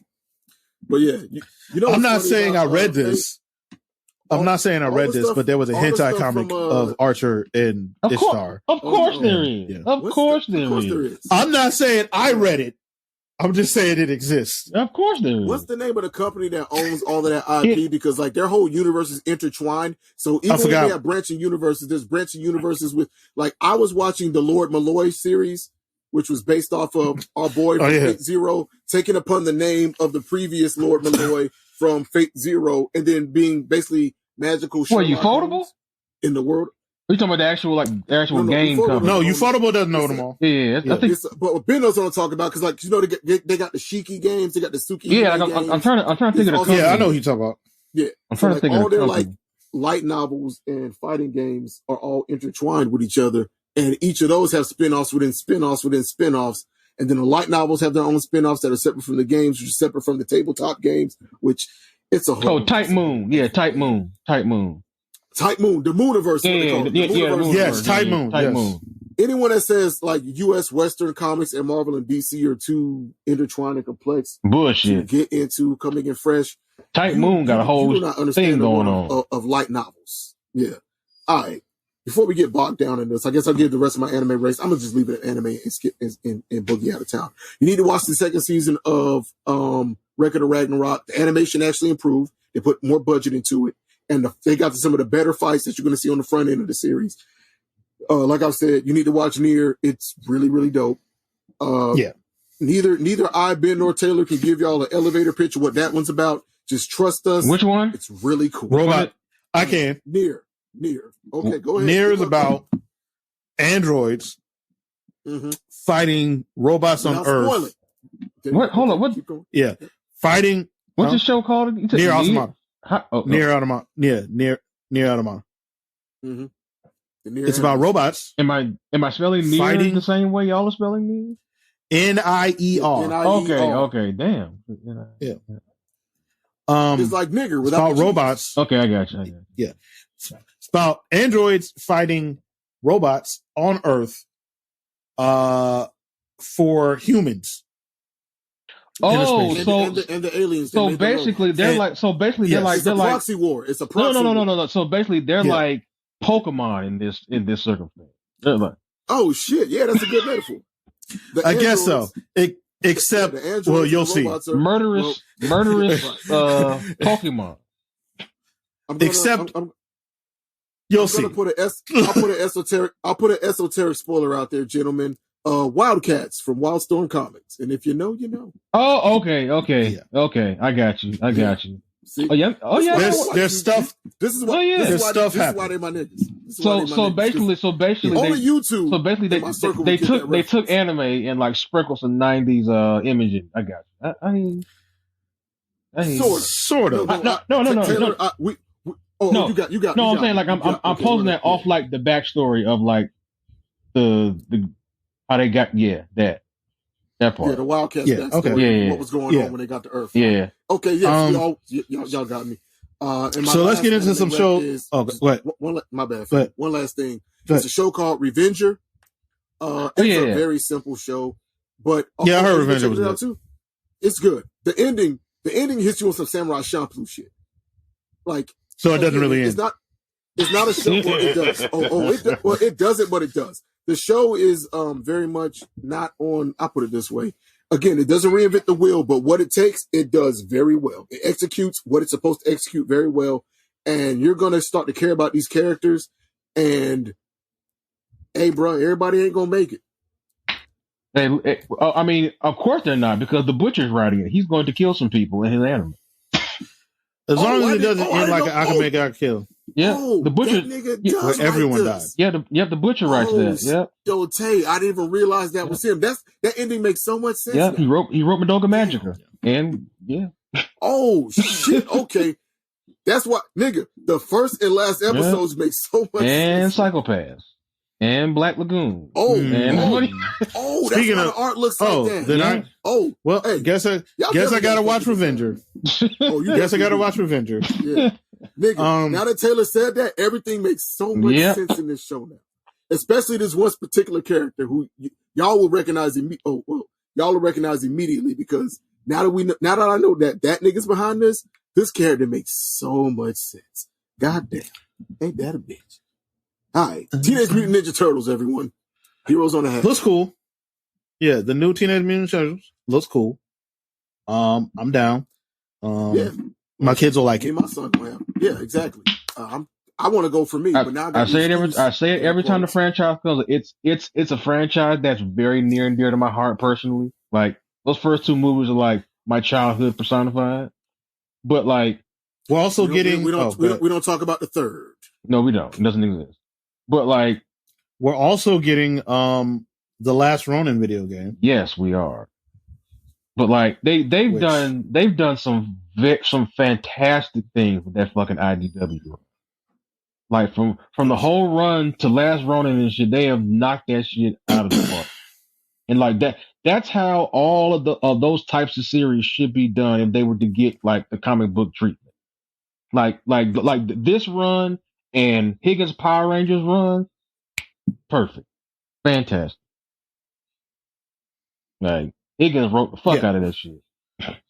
The Power Rangers run is Broken Grid, nigga. Woo! Yeah. Lord Dakin. Woo! If you ain't read Broken Grid or Lord Dakin stuff, please do yourself a favor and go read that shit. Please. They still doing dope shit, but that run, great. If you got nostalgia, woo! Yeah. Lord Drakon, a whole demon, bro. Like that fucking it's another like throwback series that's really recent that was good. I just on top of my head I can't think of it. There's another one that's like that too. You talking about Power Rangers or no. It's another one. No, it's another one. I just can't think of it. I know they had a pretty good Buffy one for a minute. Yeah, I think this was they're doing still going. Angel has his own spin-off. They're doing they're doing like two new Buffy, but it's like it's basically like Old Man Wolverine Buffy is one of them, and then another one, and then there's another one. Yeah, they did the same thing kind of with Angel too, where there was like Slayer is the one where the Last Slayer, Last Slayer. Oh yeah, the Last Slayer when it was like in the future. She's. I read that years ago. No, she's an older woman in this, but I don't think it's set in like the far flung future, nothing like that. There was a Buffy comic called The Last Slayer. I read this years ago. I think it was called The Last Slayer. But I think Buffy had died or something. Yeah, this one is called. And it was in the future where like vampires had taken over. Yeah, this one is called Buffy the Last Vampire Slayer. Number 1. Word.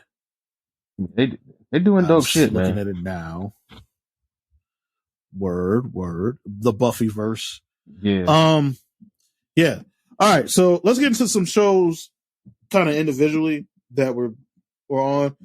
First, The Last of Us. Like we said, we just want to do a small little segment on this. What an excellent adaptation of a video game. This shit was excellent. I know people are stupid, so I don't really want to. Yes, they are. I need people to understand that the game The Last of Us was never about the zombies. You can't ever tell them that. The fact that we didn't get that many zombies in the show because it was never about the zombies. It was about Joel and Ellie. Yep. It's interesting to me to see people litigate Joel's decision at the end of the show. Because for the people who didn't play the game, And this game has been out for a decade plus, guys, so I'm going to spoil it, so shut up. Wait, which game? Joel, The Last of Us. Oh, yeah. The Last of Us, yeah. Joel's quote unquote saves her from the Fireflies by killing all of them. Yeah, right. Yeah. And it was a very, when I very played hard, the, it was a very, he literally saved her life. The surgery was going to kill her. Oh yeah, it was a he saves her life. It was a very possibly doom the world. Probably didn't, based on the way science actually fucking works. Yeah. No, he probably didn't. Also, not to go too deep into it, but as a father, Jones, you don't understand. Yeah, I get it. Yeah, definitely. Oh, yeah. I'm spinning the entire block. All y'all gotta die. Yeah. If it's my child or y'all, all y'all gotta die. I thought you were gonna say I would choose to save everyone else's children because I can reproduce. Man, fuck your kids. Fuck your kids. Well, sir, I can't abide that level of selfishness. We are a collective species. See, you know what? You know what we're seeing right now, Taylor? We're seeing a man who didn't get the core point of Grant Morrison's Invisibles run. There are no individuals. We are simply cellular aspects of a greater omniversal entity. Anyway, the show was very good. I can't wait for season 2. Next time, do the accent. Also, you got to be sitting in the woods. You got to be sitting in the woods. Got to be sitting in the woods. Hey, all bullshit aside, shout out to Grant Morrison. That motherfucker has made some amazing work over the years. We don't talk about comics a lot on this podcast. Nigga, I confused. Why did I turn Grant Morrison into Alan Moore? You know why you did that? Jesus Christ. Hey, bro. Why did I do that? One of the niggas going to put a spell on us for saying that, and it's not the guy that wrote Batman. Nope. How did I do that? Ugh. I can't believe you read that fucking dribble and that filth. I hate comics, and I hate you for liking what I made. Right. What's wrong with you? Yeah. Stop being a child. Fuck you.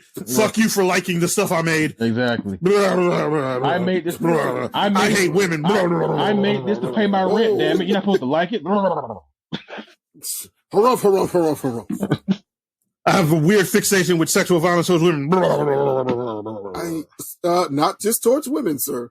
It's okay. I have a weird fixation with sexual violence.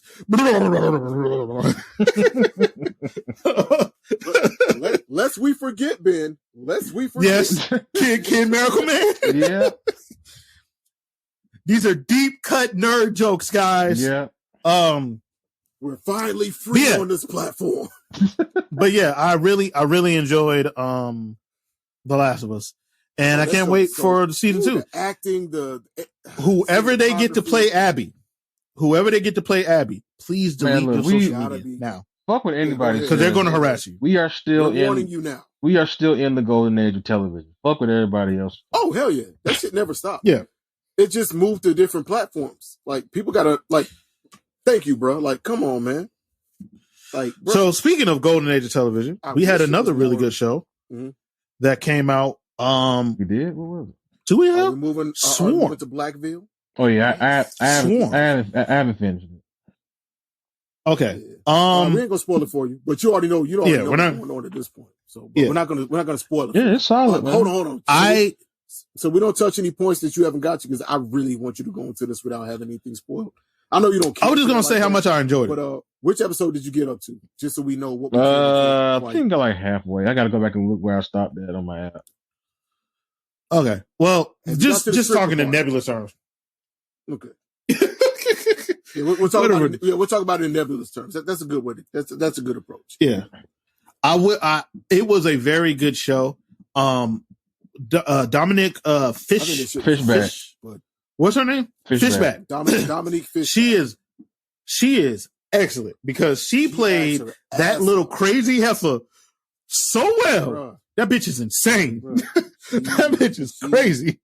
She embodies the performance that controversially, we'll acknowledge that Glover said he wanted out of that character, because the whole time controversially because people don't like context, but yeah. There's a moment, but there's moments in the show,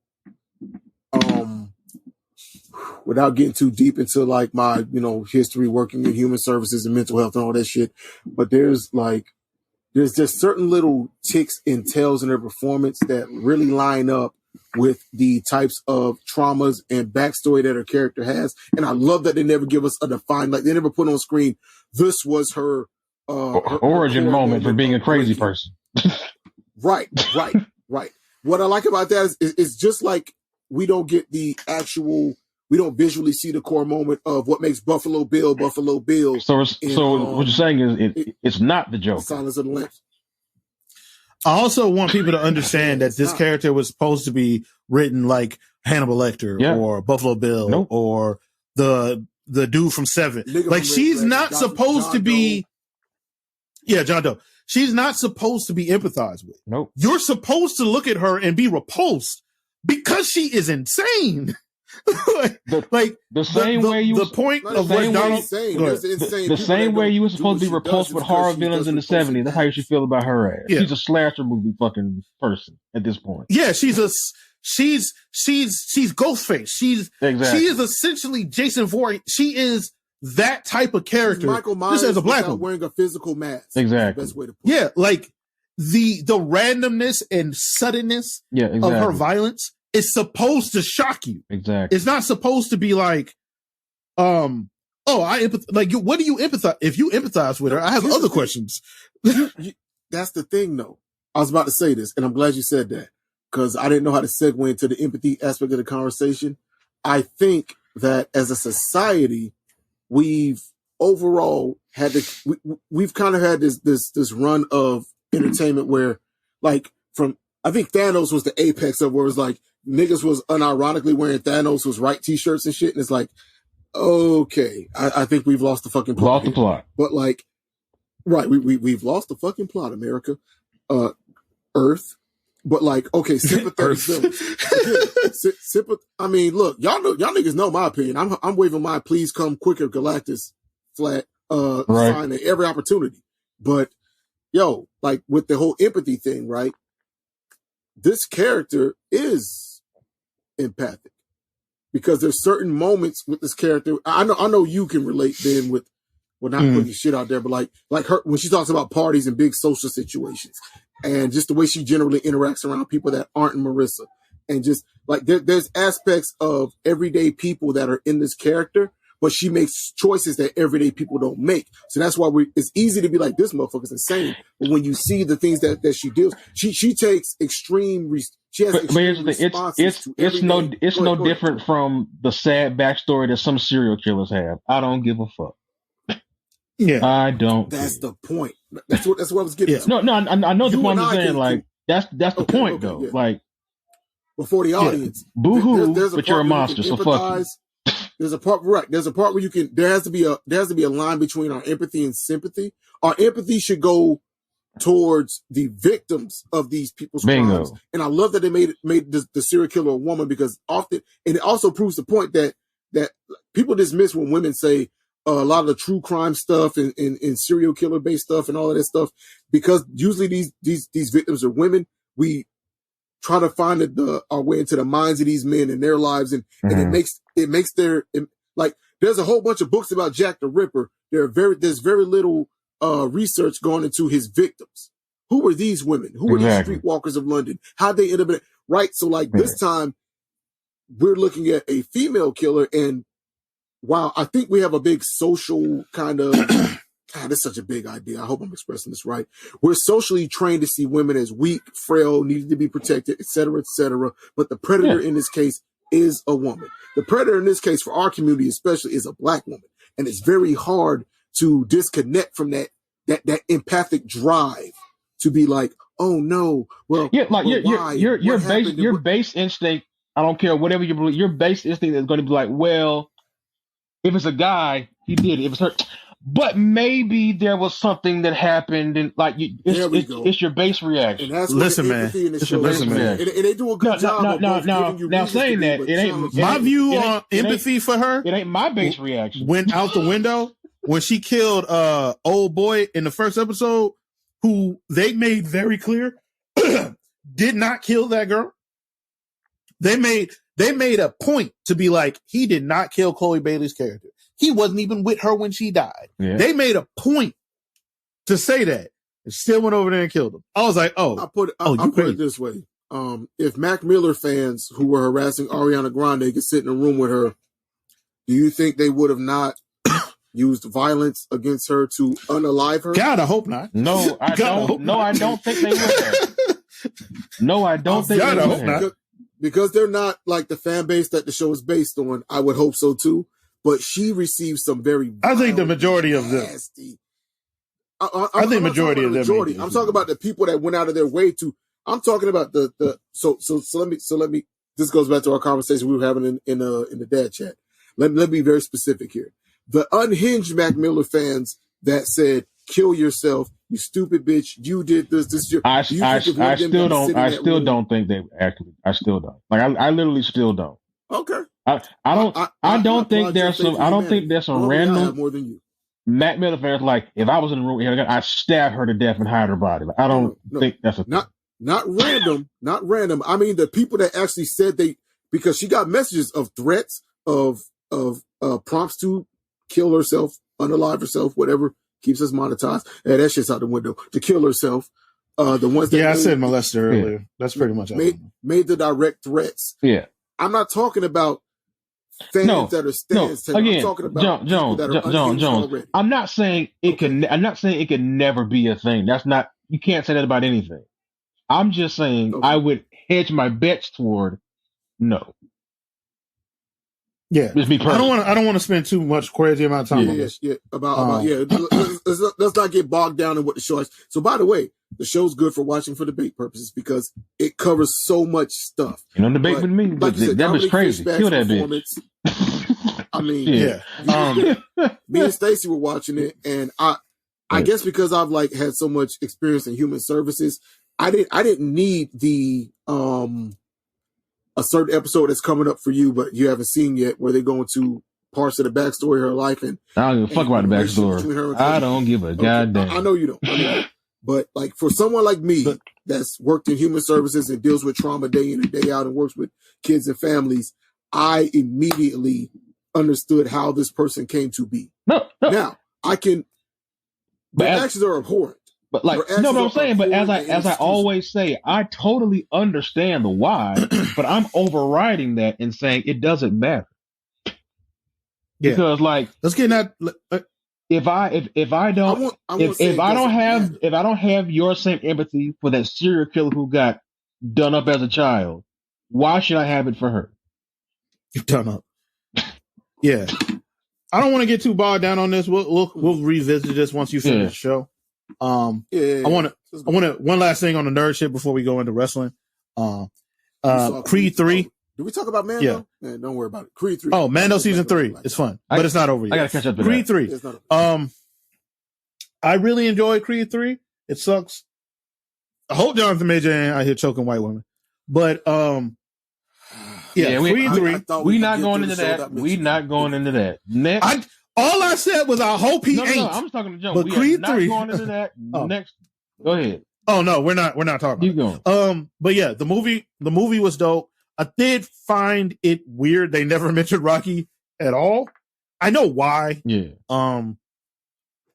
Because Rocky and the dude that I think owns the dude that owns the Rocky franchise. Yeah, right. Him and Rocky hate each other. So I don't know that's why he was not. Is that recent or has that been a thing for a while? Because I'm completely. I think it's been a thing for a while. I don't know how they got him to do the first two, but I think it's been a thing for a while. Yeah. I would assume a Brock Lesnar sized dump truck of money that Vince used to deliver to Canada. Yeah. Yeah. But yeah, I enjoyed the movie. I like the little goofy nods to anime they have throughout the movie. I heard those were great. It was a cool movie. Yeah, I thought Jonathan Major's character was really cool. He was sort of Clubber Lang, but not Clubber Lang. I mean, do we want to clout chase and drop a name so that we can get some discourse going on this video on YouTube? What? What you talking about? I mean, do we want to drop a name and do a rebuttal review so we can get some of that? No, man, I ain't doing no rebuttal to him because I got what he was saying. I just didn't agree. It wasn't that big a deal to me. If they had gone into more of Dane's backstory, that'd have been cool. It would have made the movie better, but I also understand that this is a Rocky movie. So it is what it is. So what you're saying is he's an out-of-touch old man who doesn't have the ability to properly use the nuance he claims to stand for on his platform? Did not say that. But you did, and I'm going to agree with you just said. you did not say it. No, that's not what I said. I said I got what he's saying. Don't agree. Moving on to wrestling. Interesting. So what you're saying is you don't want to smoke. No, I don't want to derail my show. Continuing the show. The show is what it is now, bro. We got to talk about moving on to wrestling. On some squad shit, you gonna let this nigga punk you? I mean, moving. How is he punking me? This nigga don't know who I am. He like you a moving on to wrestling. You okay with another nigga? Yes. Trying to get you to fight this nigga after school, and she gonna talk to you like that?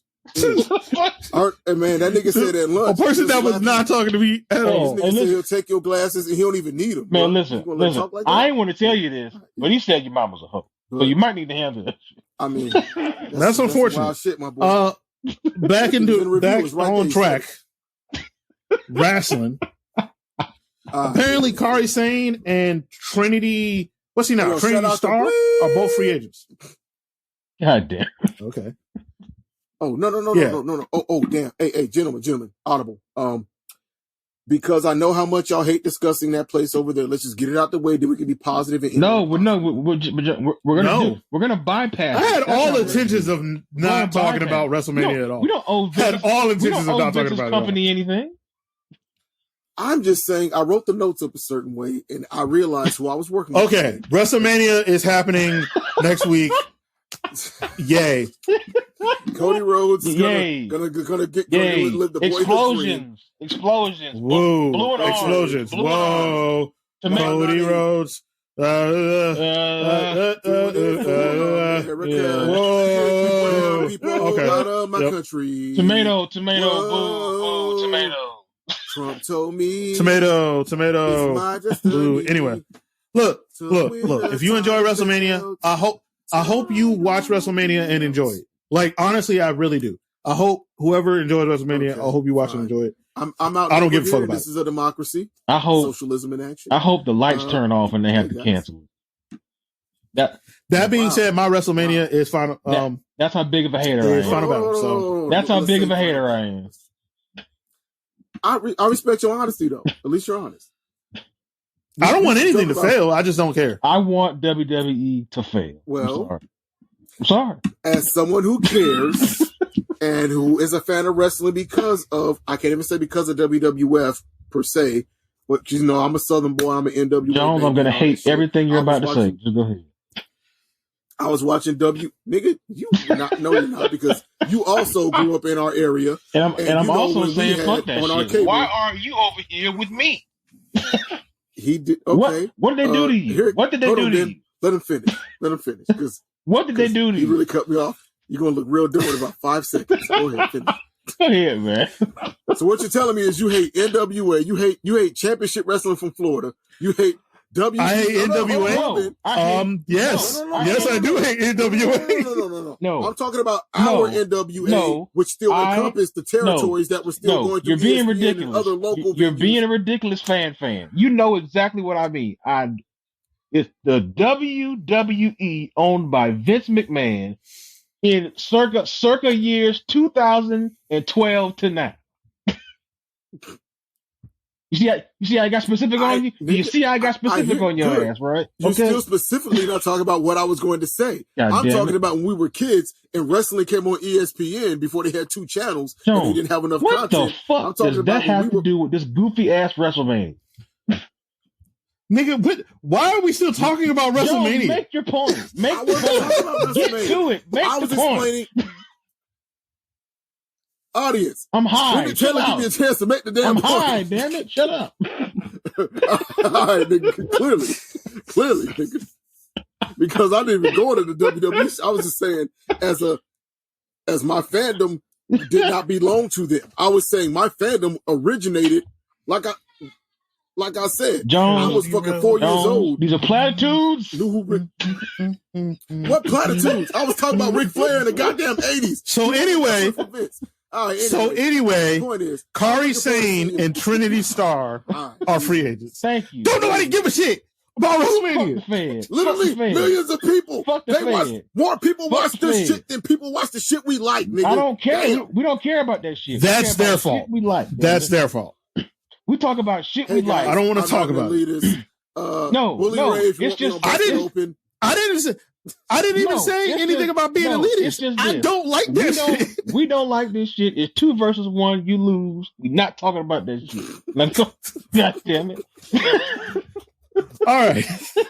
So as I've been trying to say, Kairi Sane and Tiffany Starr, who the former Naomi Trinity. I don't know why I said Tiffany. I Trinity would just Starr call her Trinity, are honestly, but are it's her free name. agents. I'm respect your name, sister.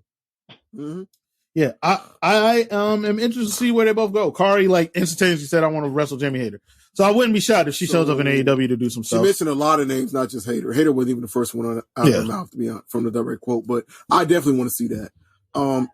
Should we?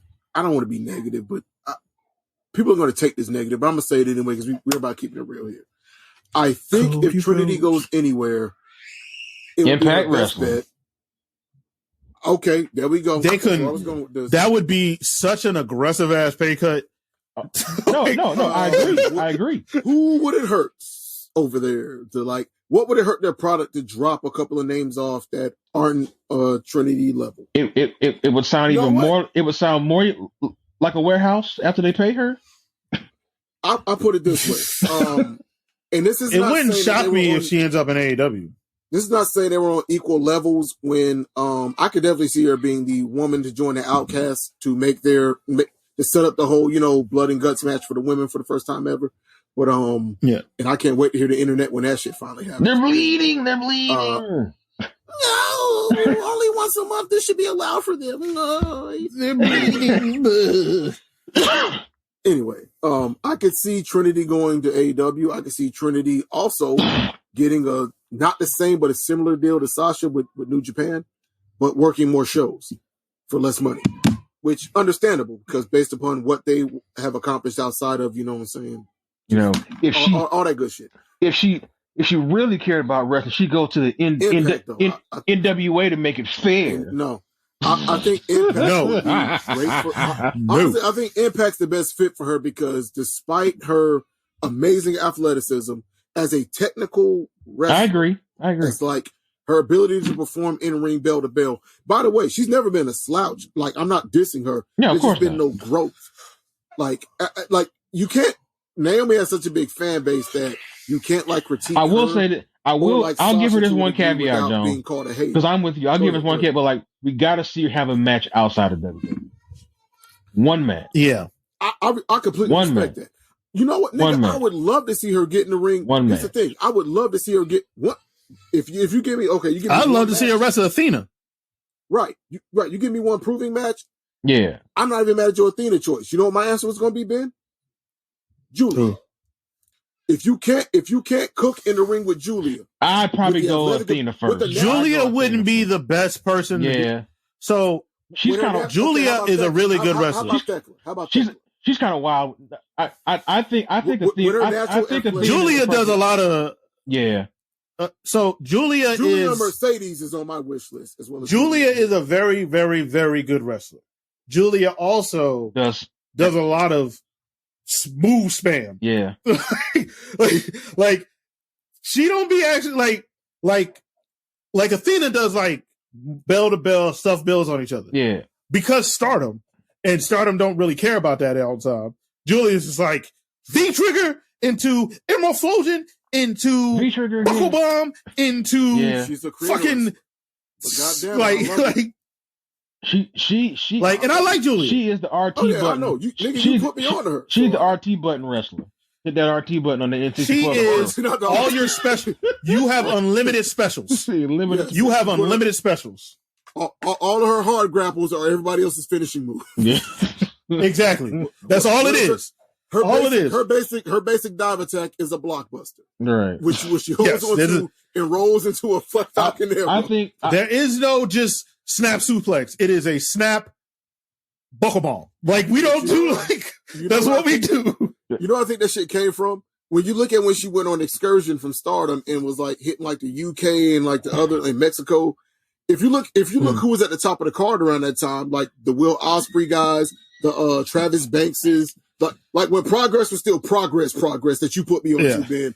So she was before like, Will Ospreay started like wrestling, and was still the aerial assassin. So she was like on excursion watching niggas cook with moves. Like I think she was still on excursion around the time that I might be wrong on this, but when Hiromu was still like Kamitachi and like having a ridiculous. Let's do the Rock Stone Cold kick out of each other's finishers, use each other's finishers to the umpteenth degree matches in Mexico with Dragon Lee. So like while she's watching all these matches happen, she's like, bet. So like that. This is how I'm going back to Stardom. Yeah, this is how I'm coming back to Stardom. And I love it, but like you got a point. So that's not fair to Naomi. Okay, how about that? Like that's why I say, how about Thekla, who also is like super athletic, but not like a high flying. If she would go into Stardom, sure. I think Athena is will be the perfect first thing for her because like it's to let her show what she can do with no, not necessarily handcuffs. Because honestly, Vince was letting the women that could cook. Some of them and cook in the way that he cared about you cooking. It's a little bit different, but did he ever get in the way of Asuka? Like, other than booking her to lose, he never like the matches never felt like Asuka wasn't being. Also, as we know, Asuka was never Kana, even in NXT. So, but so we'll Asuka see. Got to be Asuka. She just had to lose to Charlotte at Mania for some dumbass reason. For no reason. Yeah. Trinity. Back to Kairi though. If Kairi is out here in these streets, I feel like she's going to end up back at WWE for more money. I don't. You don't? Nah. Ain't like Nia Jax can hurt her anymore, bro. She could probably join. I don't think she probably would join Bayley's. What's the Damage Control? And do nothing like they're doing. Fun.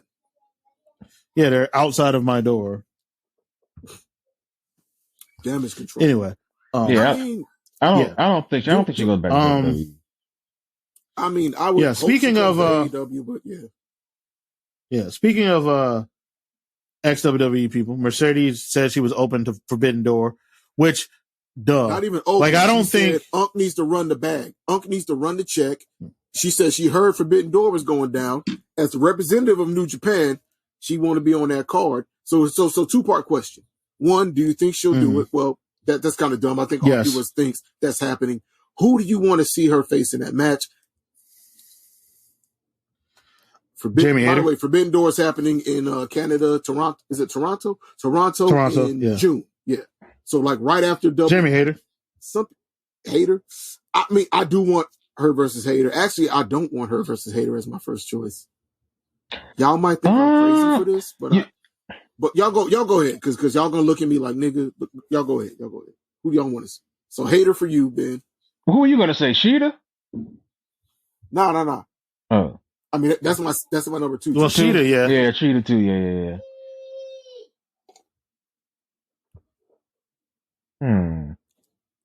I got 2 choices that y'all gonna be like, what the fuck? No, well, go ahead. Okay. Because y'all gonna end up debating mine. Go ahead. Go ahead. Okay. Man. All right, my brother. I appreciate you yielding the floor. The Nation of Domination stands strong. My first choice is Britt Baker. That's fine. And my second choice is Riho. That'll also be fine. Yeah, I don't think she would wrestle either one of them though, depending on when. Cook way more. I'll say this. Also, with some of the Japanese women, I don't know if politically she can't even wrestle. Like, I don't know. Oh, because if she can wrestle Sheeta. Or Rio. Oh, yeah. I don't know. Sakura. Yeah, I don't know what the political. I don't know. The only reason I didn't say Emi Sakura is because AEW hasn't heated her up enough. Or if I was going to do a non-like AEW regular, I would probably say I would love to see her and Trish Adora get busy. Well, yeah, that'd be dope. Well, Trish is ROH. So. Right. That's what, right. Yeah. Like ROH has had a long-standing history with New Japan. Although they was really getting home. Yeah, but if you're bringing in Mercedes, it's going to be. I'll say this about this whole scenario. I think Mercedes will actually take a match based on who she respects more than who has the name. In my opinion. But see, for me, but you're not going to bring her in to wrestle somebody from ROH. I personally think you save her versus Britt for like an AEW only pay-per-view. This okay. like end of the day, if you can lock her down in a contract, then yeah. No, but what I mean is that honestly, I think if you lock her down in a contract, you do her versus Jay. No, but I'm just saying, but like considering what the pay-per-view is, like people end of the day, people are gonna want the work rate. So she gotta be in there with somebody who can go to that level. Oh, well, because that's what they want. Right. I mean, yeah, you know what? You're right. You got to know our audience here. So if we're doing her versus somebody in AEW's locker room and we got to respect the work rate, the first person that comes to my mind is Serena Deeb, but the name's not up there enough. And she's been off TV for a minute. Honestly, I think she's either pregnant or hurt. Honestly, yeah, one of the two. Thinking about it, Mercedes had an injury. Apparently, Mercedes Martinez had an injury or something. So thinking about it for like an extra second, I actually think Sheeta would be perfect. I actually do think Sheeta would be perfect.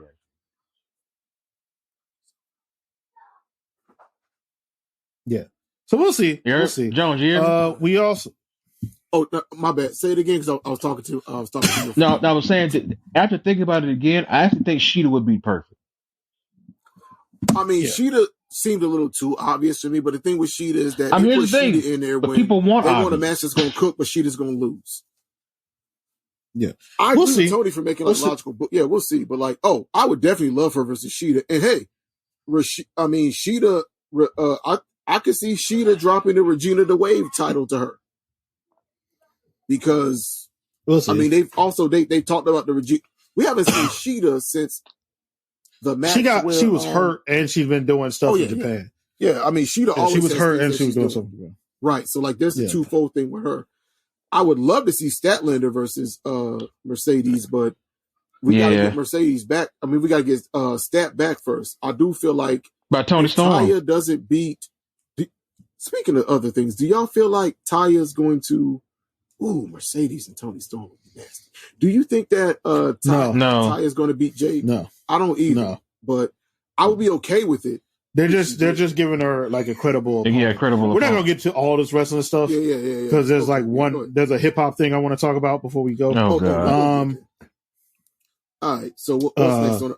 All right, Stand and Deliver. We're not gonna. I know y'all don't care about the product, but we do care about at least one person involved in that. Carmelo is what's his full name so they can Google him if they're not familiar. Carmelo Hayes. Carmelo Hayes is a very, very, very talented wrestler. On the Indies, he went by Christian Casanova. This guy, super talented young brother, has it all, man. He can talk, he can work, has a great look. The only issue is that he's less than 6 foot. He's small, he's short. Less than and he's black. 25 pounds, which is still small to Vince. And he's black. But this nigga's a very handsome brother, all due respect. I've seen my lady's reaction when this nigga hits the screen. Gay. Okay. I mean, he should. He has a marketable look. He should beat Rick Steiner. We'll see. I mean, Rick Steiner Jr., Baby Rick, Bron. Honestly, first of all, I ain't calling that niggas Bron. No. Bron Breakker. I mean, they should. That's how he said his name. That's how Vince was saying. Ain't the nigga named Rick Steiner? It's Bron Breakker. Ain't his name Rick? No. See, you're thinking of what it should be. It should have been Rex Steiner. It should have been Rex Steiner. That's what it was before he debuted on TV. Mm-hmm. When he debuted on TV. But now he's Bron. He chose Bron Breakker.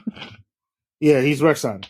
Call Rex. Oh, here's the thing. If you call him up, please call him Rex Steiner. Right. I feel like Triple H actually will. It's very fucking weird because you acknowledge he's a Steiner. Exactly. You acknowledge the shit out of he's a Steiner, and they're like, yeah, but he's Bron Breakker. No. Then why why his daddy a Steiner? Stop trying to poke holes. Why he be doing all the Steiner stuff? Stop trying to poke holes in Bron Breakker lore. Look, exactly. Anyway. Respect the lore, nigga. Respect the lore. Call that nigga Bron up and then have Scott Steiner be his manager. Or maybe don't because he'll be less charismatic. All right, anyway. I hope Carmelo, if Carmelo loses, it's time to call Melo up. Yeah. I just want to just say we got Final Battle coming up Friday. We're not going to talk about Mania. We got Final Battle coming up Friday. What's y'all's general response to the Khan era Ring of Honor? I think we're on like 4 episodes in, which is interesting. It's been fun. All of this had to like build to a pay-per-view. So we're not going to recap every episode, but just y'all's general. I don't feel like how you feel I about honestly beyond like it just being quality wrestling. I don't think it's been around long enough for you to even like. Well, we're not evaluating. We're just saying how we feel about what we watched. Oh, it's been good. It's been fun wrestling TV. They had good matches. What it's supposed to be. I thought it's been good Ring of Honor to you, because that's what I know. Back in the day when we were like invested in Ring of Honor before, I don't even want to say before the Elite left, because there was already got some weird stuff happening. I wouldn't understand what somebody complaining would like. What else would you want to see? Like, do you want to see like fucking mud wrestling or some stuff? What? Well, apparently people are mad that they feel like too many people that have been on AEW more than on Ring of Honor are going over Ring of Honor originals. Man, please stop. So that's one thing that people have been saying. Please stop. I feel you. I'm with you, but I'm just playing devil's advocate here for those people. Oh no, somebody beat that's really Blake Christian. Oh no, it is like, seriously, stop. Blake Christian definitely won going into his pay-per-view title match with his squad of guys that were minus AR Fox, which one of the best wrestlers on the planet walking today. And I'm not just like, call me a stan if you want. But John, but he signed the AEW contract, so he doesn't count. Oh, you're right. Yeah. You're right. So, but yeah. Anyway, I mean, it's only been 4 episodes and it's been good. So yeah, it's been good. We're not going to run through the whole Final Battle card. We're running a little long. Okay. Yeah, you're right, bro. All right, I'm gonna just hit the high points of Final Battle. You know what? Yeah, we'll just do Final Battle. We'll save Sakura Genesis for next month, because that's happening at the beginning of next month, and we'll hit the main points, like you said. We'll just hit the card real quick, and then we're gonna move on to the hip hop. All right, so the Ring of Honor Final Battle card consists of. I'm gonna work it up from bottom to the top. We have the Ring of Honor World Tag Team Championship ladder match, the Reach for the Sky ladder match, which is going to be dedicated to RIP Jay Briscoe. Yep, great tag teams in this. Even though there's one that y'all already know how I'm gonna shit on. First, we got the Lucha Bros in this. We got Top Flight. Fine. We have Top Flight, which is Darius and Dante Martin. We have the Kingdom, which is Maria Kanellis and her fucking manservants. And we have my niggas, my boys. The Kingdom is fine. The uncrowned champions, the who should be, who don't win. I'm gonna be mad on Twitter, niggas. Aussie Open, oi, oi, oi. Belt them niggas up. They better beat them bums at fucking Sakura Genesis. Aussie Open, Kyle Fletcher, Mark Davis. Why? What is your issue with House of Torch and stuff? Versus Los La Facione Ingobernable, Rush and Dralistico, who I don't feel needs. They're protected because this is a ladder match. My choice will be Top Flight, but my real choice, which I know is not going to happen because they don't have a contract, is Aussie Open. You want to know my issue with the Kingdom? The Kingdom was nothing the Kingdom did after Adam Cole mattered, and they only mattered because Adam Cole was there for me then. Matt Taven can do moves. That's good for him. The Kingdom is fine. Listen, Joe, I agree with you, but they're here to have quality TV matches and get pinned. They're doing their job. And they have. Yes. And they've done nothing but that since they got to AEW. You know who else? Nothing they've been a part of has been bad. You know who else can have quality TV matches to get pinned? The Foundation. And they have. They just don't have Maria's ass cheeks with them at the ring. Well, get better then. Get some ass cheeks. What the fuck you mean? The Kingdom is better than the... Stop shitting on the Kingdom. The Kingdom is fine. Nigga, I'm not shitting on it. It's just, look, I respect you Matt literally Taven. Have win. Matt Taven had no reason beating Jay Lethal in that ladder match. But that has nothing to do with this. He didn't. The point. And that has nothing to do with this. This has nothing to do with this. He won that belt in Madison That Square has Garden. Nothing to do. On the same he didn't book himself, That was a booking problem. He didn't book himself. They could have he didn't book himself. All I'm saying is he didn't book himself. If Marty Scurll didn't get Me Too, we'd be in a different world right now. Probably not. Probably that wouldn't have saved Ring of Honor. That actually wouldn't have saved Ring of Honor. And no, it wouldn't have. It would have still died. It would have still died. It would have saved my love, nigga. God damn it. All right. Next match. Ring of Honor 6-man tag team championship. I really think they should retire those belts, but if you can get enough teams to make it work, make it work. The Embassy versus AR Fox, Ben's friend who I'll never understand, and Metalik. Ben's friend? Who are you talking about? Your boy, Blake Christian. Oh, Blake Christian? Yeah. He's a good wrestler. I don't know. Yeah, but I mean, I don't know why he offends you by being good at wrestling. There are at least two of those guys in everybody's promotion. He's fine. He belongs. You know who else is a good wrestler? Taichi. Do you want him to be competing for belts in New Japan? Nigga, he's competing for a 6-man time. If you don't fucking relax, nigga, he's literally. Are you okay with that? Will you relax? Hold on, time out, Taylor. Do you want you want your black son growing up in a world where Tai Chi and Blake Christian need to relax. are champions? You need to want relax. your black son? Do you need want to your relax. black son? I abandoned my child. Where's the mute button? He has. This nigga's about to get muted. I've abandoned my child. This nigga Josie does not realize it. He has been muted. All they see is him moving his arms and hands. Calm your ass down. This nigga made me go into a fucking, and then there would be blood monologue. Calm your ass down. Nobody cares. Get to the next match, nigga. I'm hungry. Like, we've been doing the show for a while. Stop being mad at Blake Christian just being Blake Christian. Right? Nigga just does flips and is white. And he just infuriates you. How dare his audacity to exist. All right. Ring of Honor World Television He's like the most unoffensive wrestler ever. And that's the problem. He offends me with his unoffensiveness. You must super hate Jack Cartwheel then. Nigga. You must super hate that guy. Samoa Joe. Hey, I'd rather watch him than Flip Gordon. So there's that. Samoa Joe versus Gordon, Mark who don't Briscoe. flip anyway. Great story here. For those of you that don't know, Samoa Joe kind of established his reign with some of his some of his first defenses against both the Briscoes as world champion, which led to his legendary Ring of Honor world championship reign. So this is a good run it back.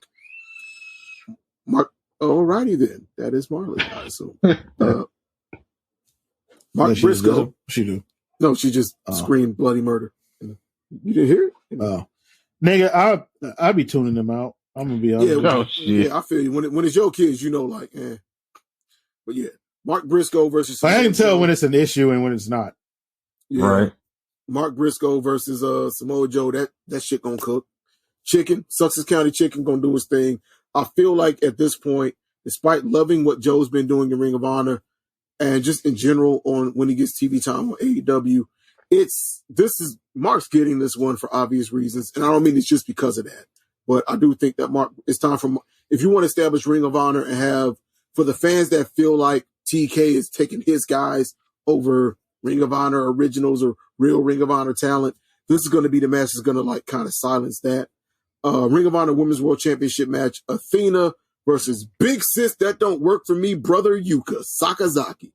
That don't work for me, brother. They are going to they're going to beat the shit out of each other. Beat the dog shit out of each other. Yes, they are. I can't wait. It's going to be big fun. Yes. I don't care who wins that match. They're going to be some hard ass forearms from them motherfuckers. Yes, it will. Athena is going to do very violent things. Yuka is going to show a side of her that we've never seen in the United States, unless you watch that Tokyo Joshi Pro shit here. It's going to be... she's a bully. Yeah, she's going to wrestle her like she wrestled Miyu Yamashita in their last match. Yo, she is a... Ring of Honor pure... She's a fucking Yasandere character in real life. Let these niggas know. Ring of Honor Pure Championship. And we're getting... Go ahead. No, go ahead. Hype up Yuka, please, by all means. Oh, Shibata and Yuta, man. That shit should be fun. They're gonna beat the shit out of each other also. Shibata, yes, that's gonna be a pure wrestling match. I can't wait for the moment where Shibata punches that nigga back, but does it in front of the ref. Right. Because Yuta has mastered the art of. He's been watching his Nigel McGuinness tapes when Nigel was ill. and his Bryan Danielson tapes. Good for him. And yo, speaking of people that people said were like charisma vacuums, Willer Yuta is been. You introduced me to like Yuta working heel with IWC, whatever company he was. His hour-long match with Danny Garcia. That was IWC, right? Yeah. Insane Wrestling or the US version, whatever that means here. But like yo, Willer Yuta when he works heel is because his style kind of slows matches down. I miss his coat. I miss his jacket. The Bane jacket and the Bane Delight. That was a nice jacket. I miss the Bane jacket. That was a nice jacket. The Bane jacket and mask. I don't know what the point of that was, but I missed them. Right. Well, the same point for when Finn Balor used to do it in Progress. It looks really fucking cool. Exactly. Finn Balor did a lot of shit that had no point. Yeah. Fergal Devitt. Prince Devitt did a bunch of shit that wasn't necessary all the time. Prince Devitt, though, like he changed his wrestling style to fit the character's persona because he's a fucking nerd, and I love that guy for that. Because when he wrestled his Joker, too bad I don't watch him wrestle anymore. I mean, too bad I don't see him. I actually do like Judgment Day once they kick Edge out. All right, AAA Mega Championship match, i.e., the match of the fucking night, which is gonna make everybody embarrassed. I don't know what the fuck. This should be the main event, in my opinion. You have El Hijo del Vikingo versus Commander. And if you don't know either of those names, well, if you're listening to us, you definitely watched AEW last week. You saw one of those guys wrestle Kenny, and you saw another one in the ladder match for the TNT Championship. And he was the guy that did the ridiculous rope walk to a springboard to another jump to a fucking moonsault tornado flippity dippity. Just know that match is going to be a video game. Just understand. That match is going to be all the gifts. Lots of flips. They're going to have unlimited and instant finishers. and niggas is going to do shit. Now, finally, the coup de grace, the ending of Ring of Honor, Super Card of Honor, is going to be Claudio Castagnoli versus his longtime rival, Eddie Kingston. It's gonna should be fun. It's gonna be a great match, and then gonna be a great match, and then right afterwards, look at my what do you see? Yeah, CM Punk gonna come out. I'm calling. Yeah, I doubt it. I'm calling. But hey, if he wants to come back, that's probably where he has to come back, right? Because don't nobody in the AEW want him there no more. And if Eddie loses, we don't know that. Dax told us we don't know that. Right. And if Eddie Kingston loses, he has to leave not just AEW, which he quit voluntarily, but Ring of Honor. And he has to go back. Oh, damn. Well, then he is 100% winning. He is 100% winning. And he has to, whenever you make that stipulation, that person is winning. He has to go back to NWA and wrestle Murdoch on pay-per-view with Book. He was 100% in. He was in NWA. So was Ricky Stark. Yep. And they were just like, we'd rather Titus. They literally, they offered him and Zicky Dice, who both had belts by the way at that time, $200.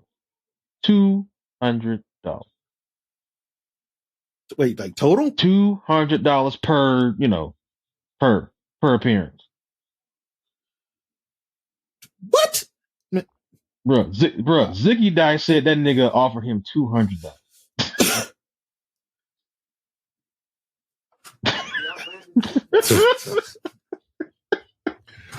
All right, moving on. When I read that shit, I was like, they need to take this shit. You fucking pumpkin man. You can take this shit from you, man. And take that shit from him. Wait. I want to close out. You're being serious. We'll talk about it off camera. We'll talk about it off camera. We'll talk about it. Yeah. So I want to close out with some hip hop. And I want to be clear. I want to be clear. I'm not going to click on the article. I'm going to read the headline. Here's what I'm and then I'm going to make fun of academics because I hate him. And I'm not going to pretend like I'm going to be fair and unbiased here. Before we get into that, y'all niggas need to go bump that JPEG Mafia and Danny Brown Scaring the Hoes music. No, play it in your neighborhood loudly and legit. Scare the hoes with this. Do it. Frighten them. Horrify them. Horrify the hoes. DJ Academics, who is not a horrifying hoes. DJ Academics, who is not in fact a DJ, Hey, he made mixtapes. Says, Academics thinks big name rappers Drake, J. Cole, and Kendrick Lamar have gotten big heads and are now too afraid to sit and talk to the very hip hop outlets they once used to build the industry clout. I want to be clear. So they don't want to talk to you because I got to take on this. They don't want to talk to you because Kendrick Lamar does. I mean, first off, what are the hip hop outlets now? XXL? No. The Source? No, not really. The new outlets are the Breakfast Club is niggas like DJ Academics. Breakfast Club. Damn, Taylor, help me out here. Breakfast Club. But here's my thing: you have Power 10, Power, LA Leakers. Yeah, LA Leakers, which those guys are still doing. Okay, I see your point, but I just want to make sure we're on the same page. But these niggas all go talk to those guys. That's more like a West Coast thing. You got to hit the West Coast. Here's the thing: if you actually think about like people still do Rosenberg. Kendrick hasn't really done like an interview since. Damn, really? Yeah. Zane Lowe is still a place that rappers go to. Zane Lowe, dude that works for Tidal, Elliot Wilson. Yeah. Elliot Wilson has interviewed all these niggas. They don't talk to you. They don't talk to you. Why? That's the part I don't think they don't speak to you. Drake don't give you all the dick riding you've done for Drake. Doesn't amount to anything. All these years, and he don't give you an interview. If Drake do an interview, it's with Elliot Wilson. Ben, you know why though? Because he does dick ride, but because he's AK, he's also said some really like absurd things about Drake too. I'm not even exactly. I'm not even saying they don't speak to you. I don't remember the last time any of those three particular artists he's talking about did a long form interview with any of these outlets. They don't need Drake to did it. Drake did an Elliot Wilson interview a couple years ago for her loss. No, it was. It might have been before her loss. Okay, I didn't. It was recent. It was after the Pusha T stuff. Okay. It was recent. Well, I feel like he did. I know he did one around Scorpion or Scorpio. J. Cole doesn't do a bunch of interviews, and he has done stuff with Nadeska, right? Who also Nadeska, who is a hip hop outlet. Elliot Wilson, who is a hip hop outlet. Like the name people think of, though, but like. But the point, she more of a hip hop outlet than Academics. Here's the thing, John. I'm not arguing Academics. No. Here's the thing. They're particular with who they talk to, just like any major celebrity. It like dictates who they talk to. Exactly. Mm-hmm. Like his gripe doesn't hold weight when you break down who these people are. If you're referring to these three, you're referring to the three biggest rappers, right? When you break down who they actually give interviews to, they are still hip hop outlets. Yeah. They're not you. And that's his issue. Nigga, they're never coming. Right. Your moment to have people come talk to you is when you had a show with Joe Budden. And when that ended, you've tanked your own value in ridiculous ways.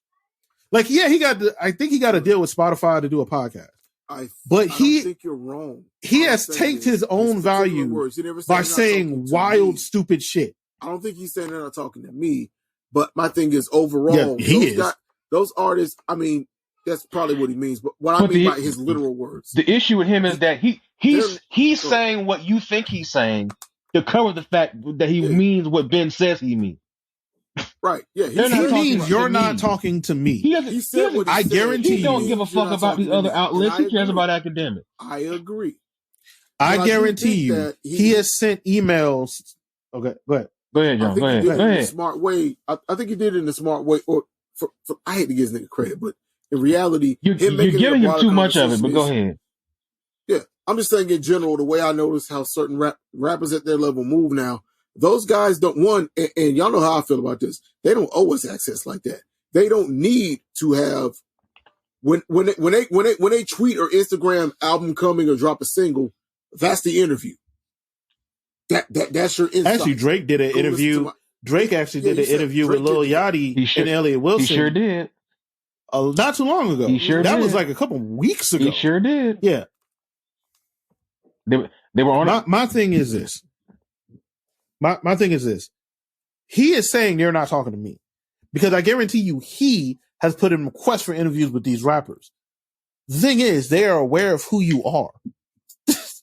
Like, if I'm Kendrick Lamar or Drake or J. Cole, I'm not talking to those DJ Academics. For who? For what? First off, how does this benefit me? 2, you are not an actual journalist. You are a muckslinger. Yeah. You don't tell stories. You don't break stories. You don't tell stories. You're getting weird internet beefs with rappers. People do promotion and shit so it can have a positive effect on the rollout. What would me being on your show do for me? Exactly. It depends on the type of fan you're trying to reach, I guess. But like, I look, I don't necessarily disagree with y'all. But those fans are already going to buy Drake albums. True. They're already going to buy them. That's what. Well, that ties into my point. They don't need to do that anymore. So, like, arguing that, you're not doing what you did when you came up. No, I'm not playing fucking the party shop off of Shop Road in Columbia, South Carolina no more. I'm now a multi-platinum rapper. I agree with you. Hold on. Hear me out. Academics. There was a time where I needed to speak to or be in the same room with you, not even speak to you. Like you said, the reason that I needed to be in the same room with you is because I needed the Joe Budden podcast. You're no longer attached to that. I don't even need that anymore. So, no, I'm not doing it. People don't like a lot. Not to get all societal, but like, especially in the black community, there's this idea that you never move past where you were. That's bullshit. And if let's say our podcast becomes something bigger than what we're doing now, right? God willing. We're not going to be covering the same topics. We're not going to be having the same guests pull up and come through because we're moving at a different space. That doesn't mean we hate those people or think less of them. Is that we now have a business to run and we got to move a certain way. So like you said, a Kendrick, a Cole, or let's not even use them specifically. A Lil Yachty don't even need that nigga no more the way he once did. Here's the thing. Unless you are one of these or even Lil so-and-so, right? Lil so-and-so or like running, or you don't need DJ Academics. Yeah. Here's the fun thing. Even if you are, you still don't need to go on academics. No. Talk to we'll not do weird red pill stuff. You know who doesn't need to talk to DJ Academics? That Yeet kid does not need to talk to DJ Academics. Man, his music makes me feel old because it sucks. Listen. Listen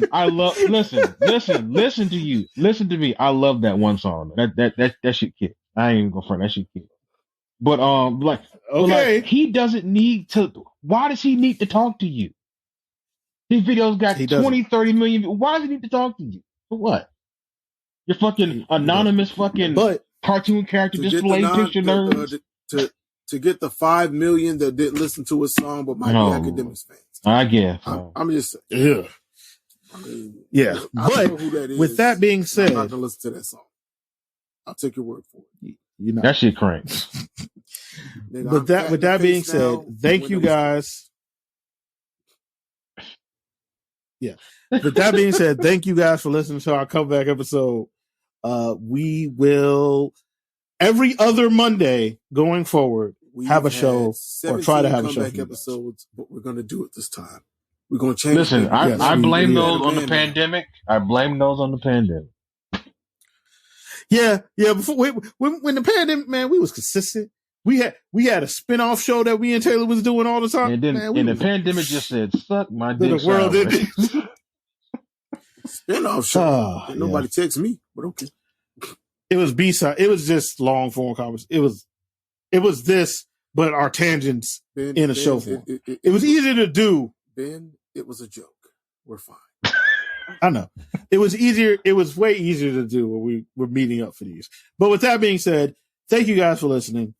See y'all in 2 weeks, 2-ish weeks. Peace. We out.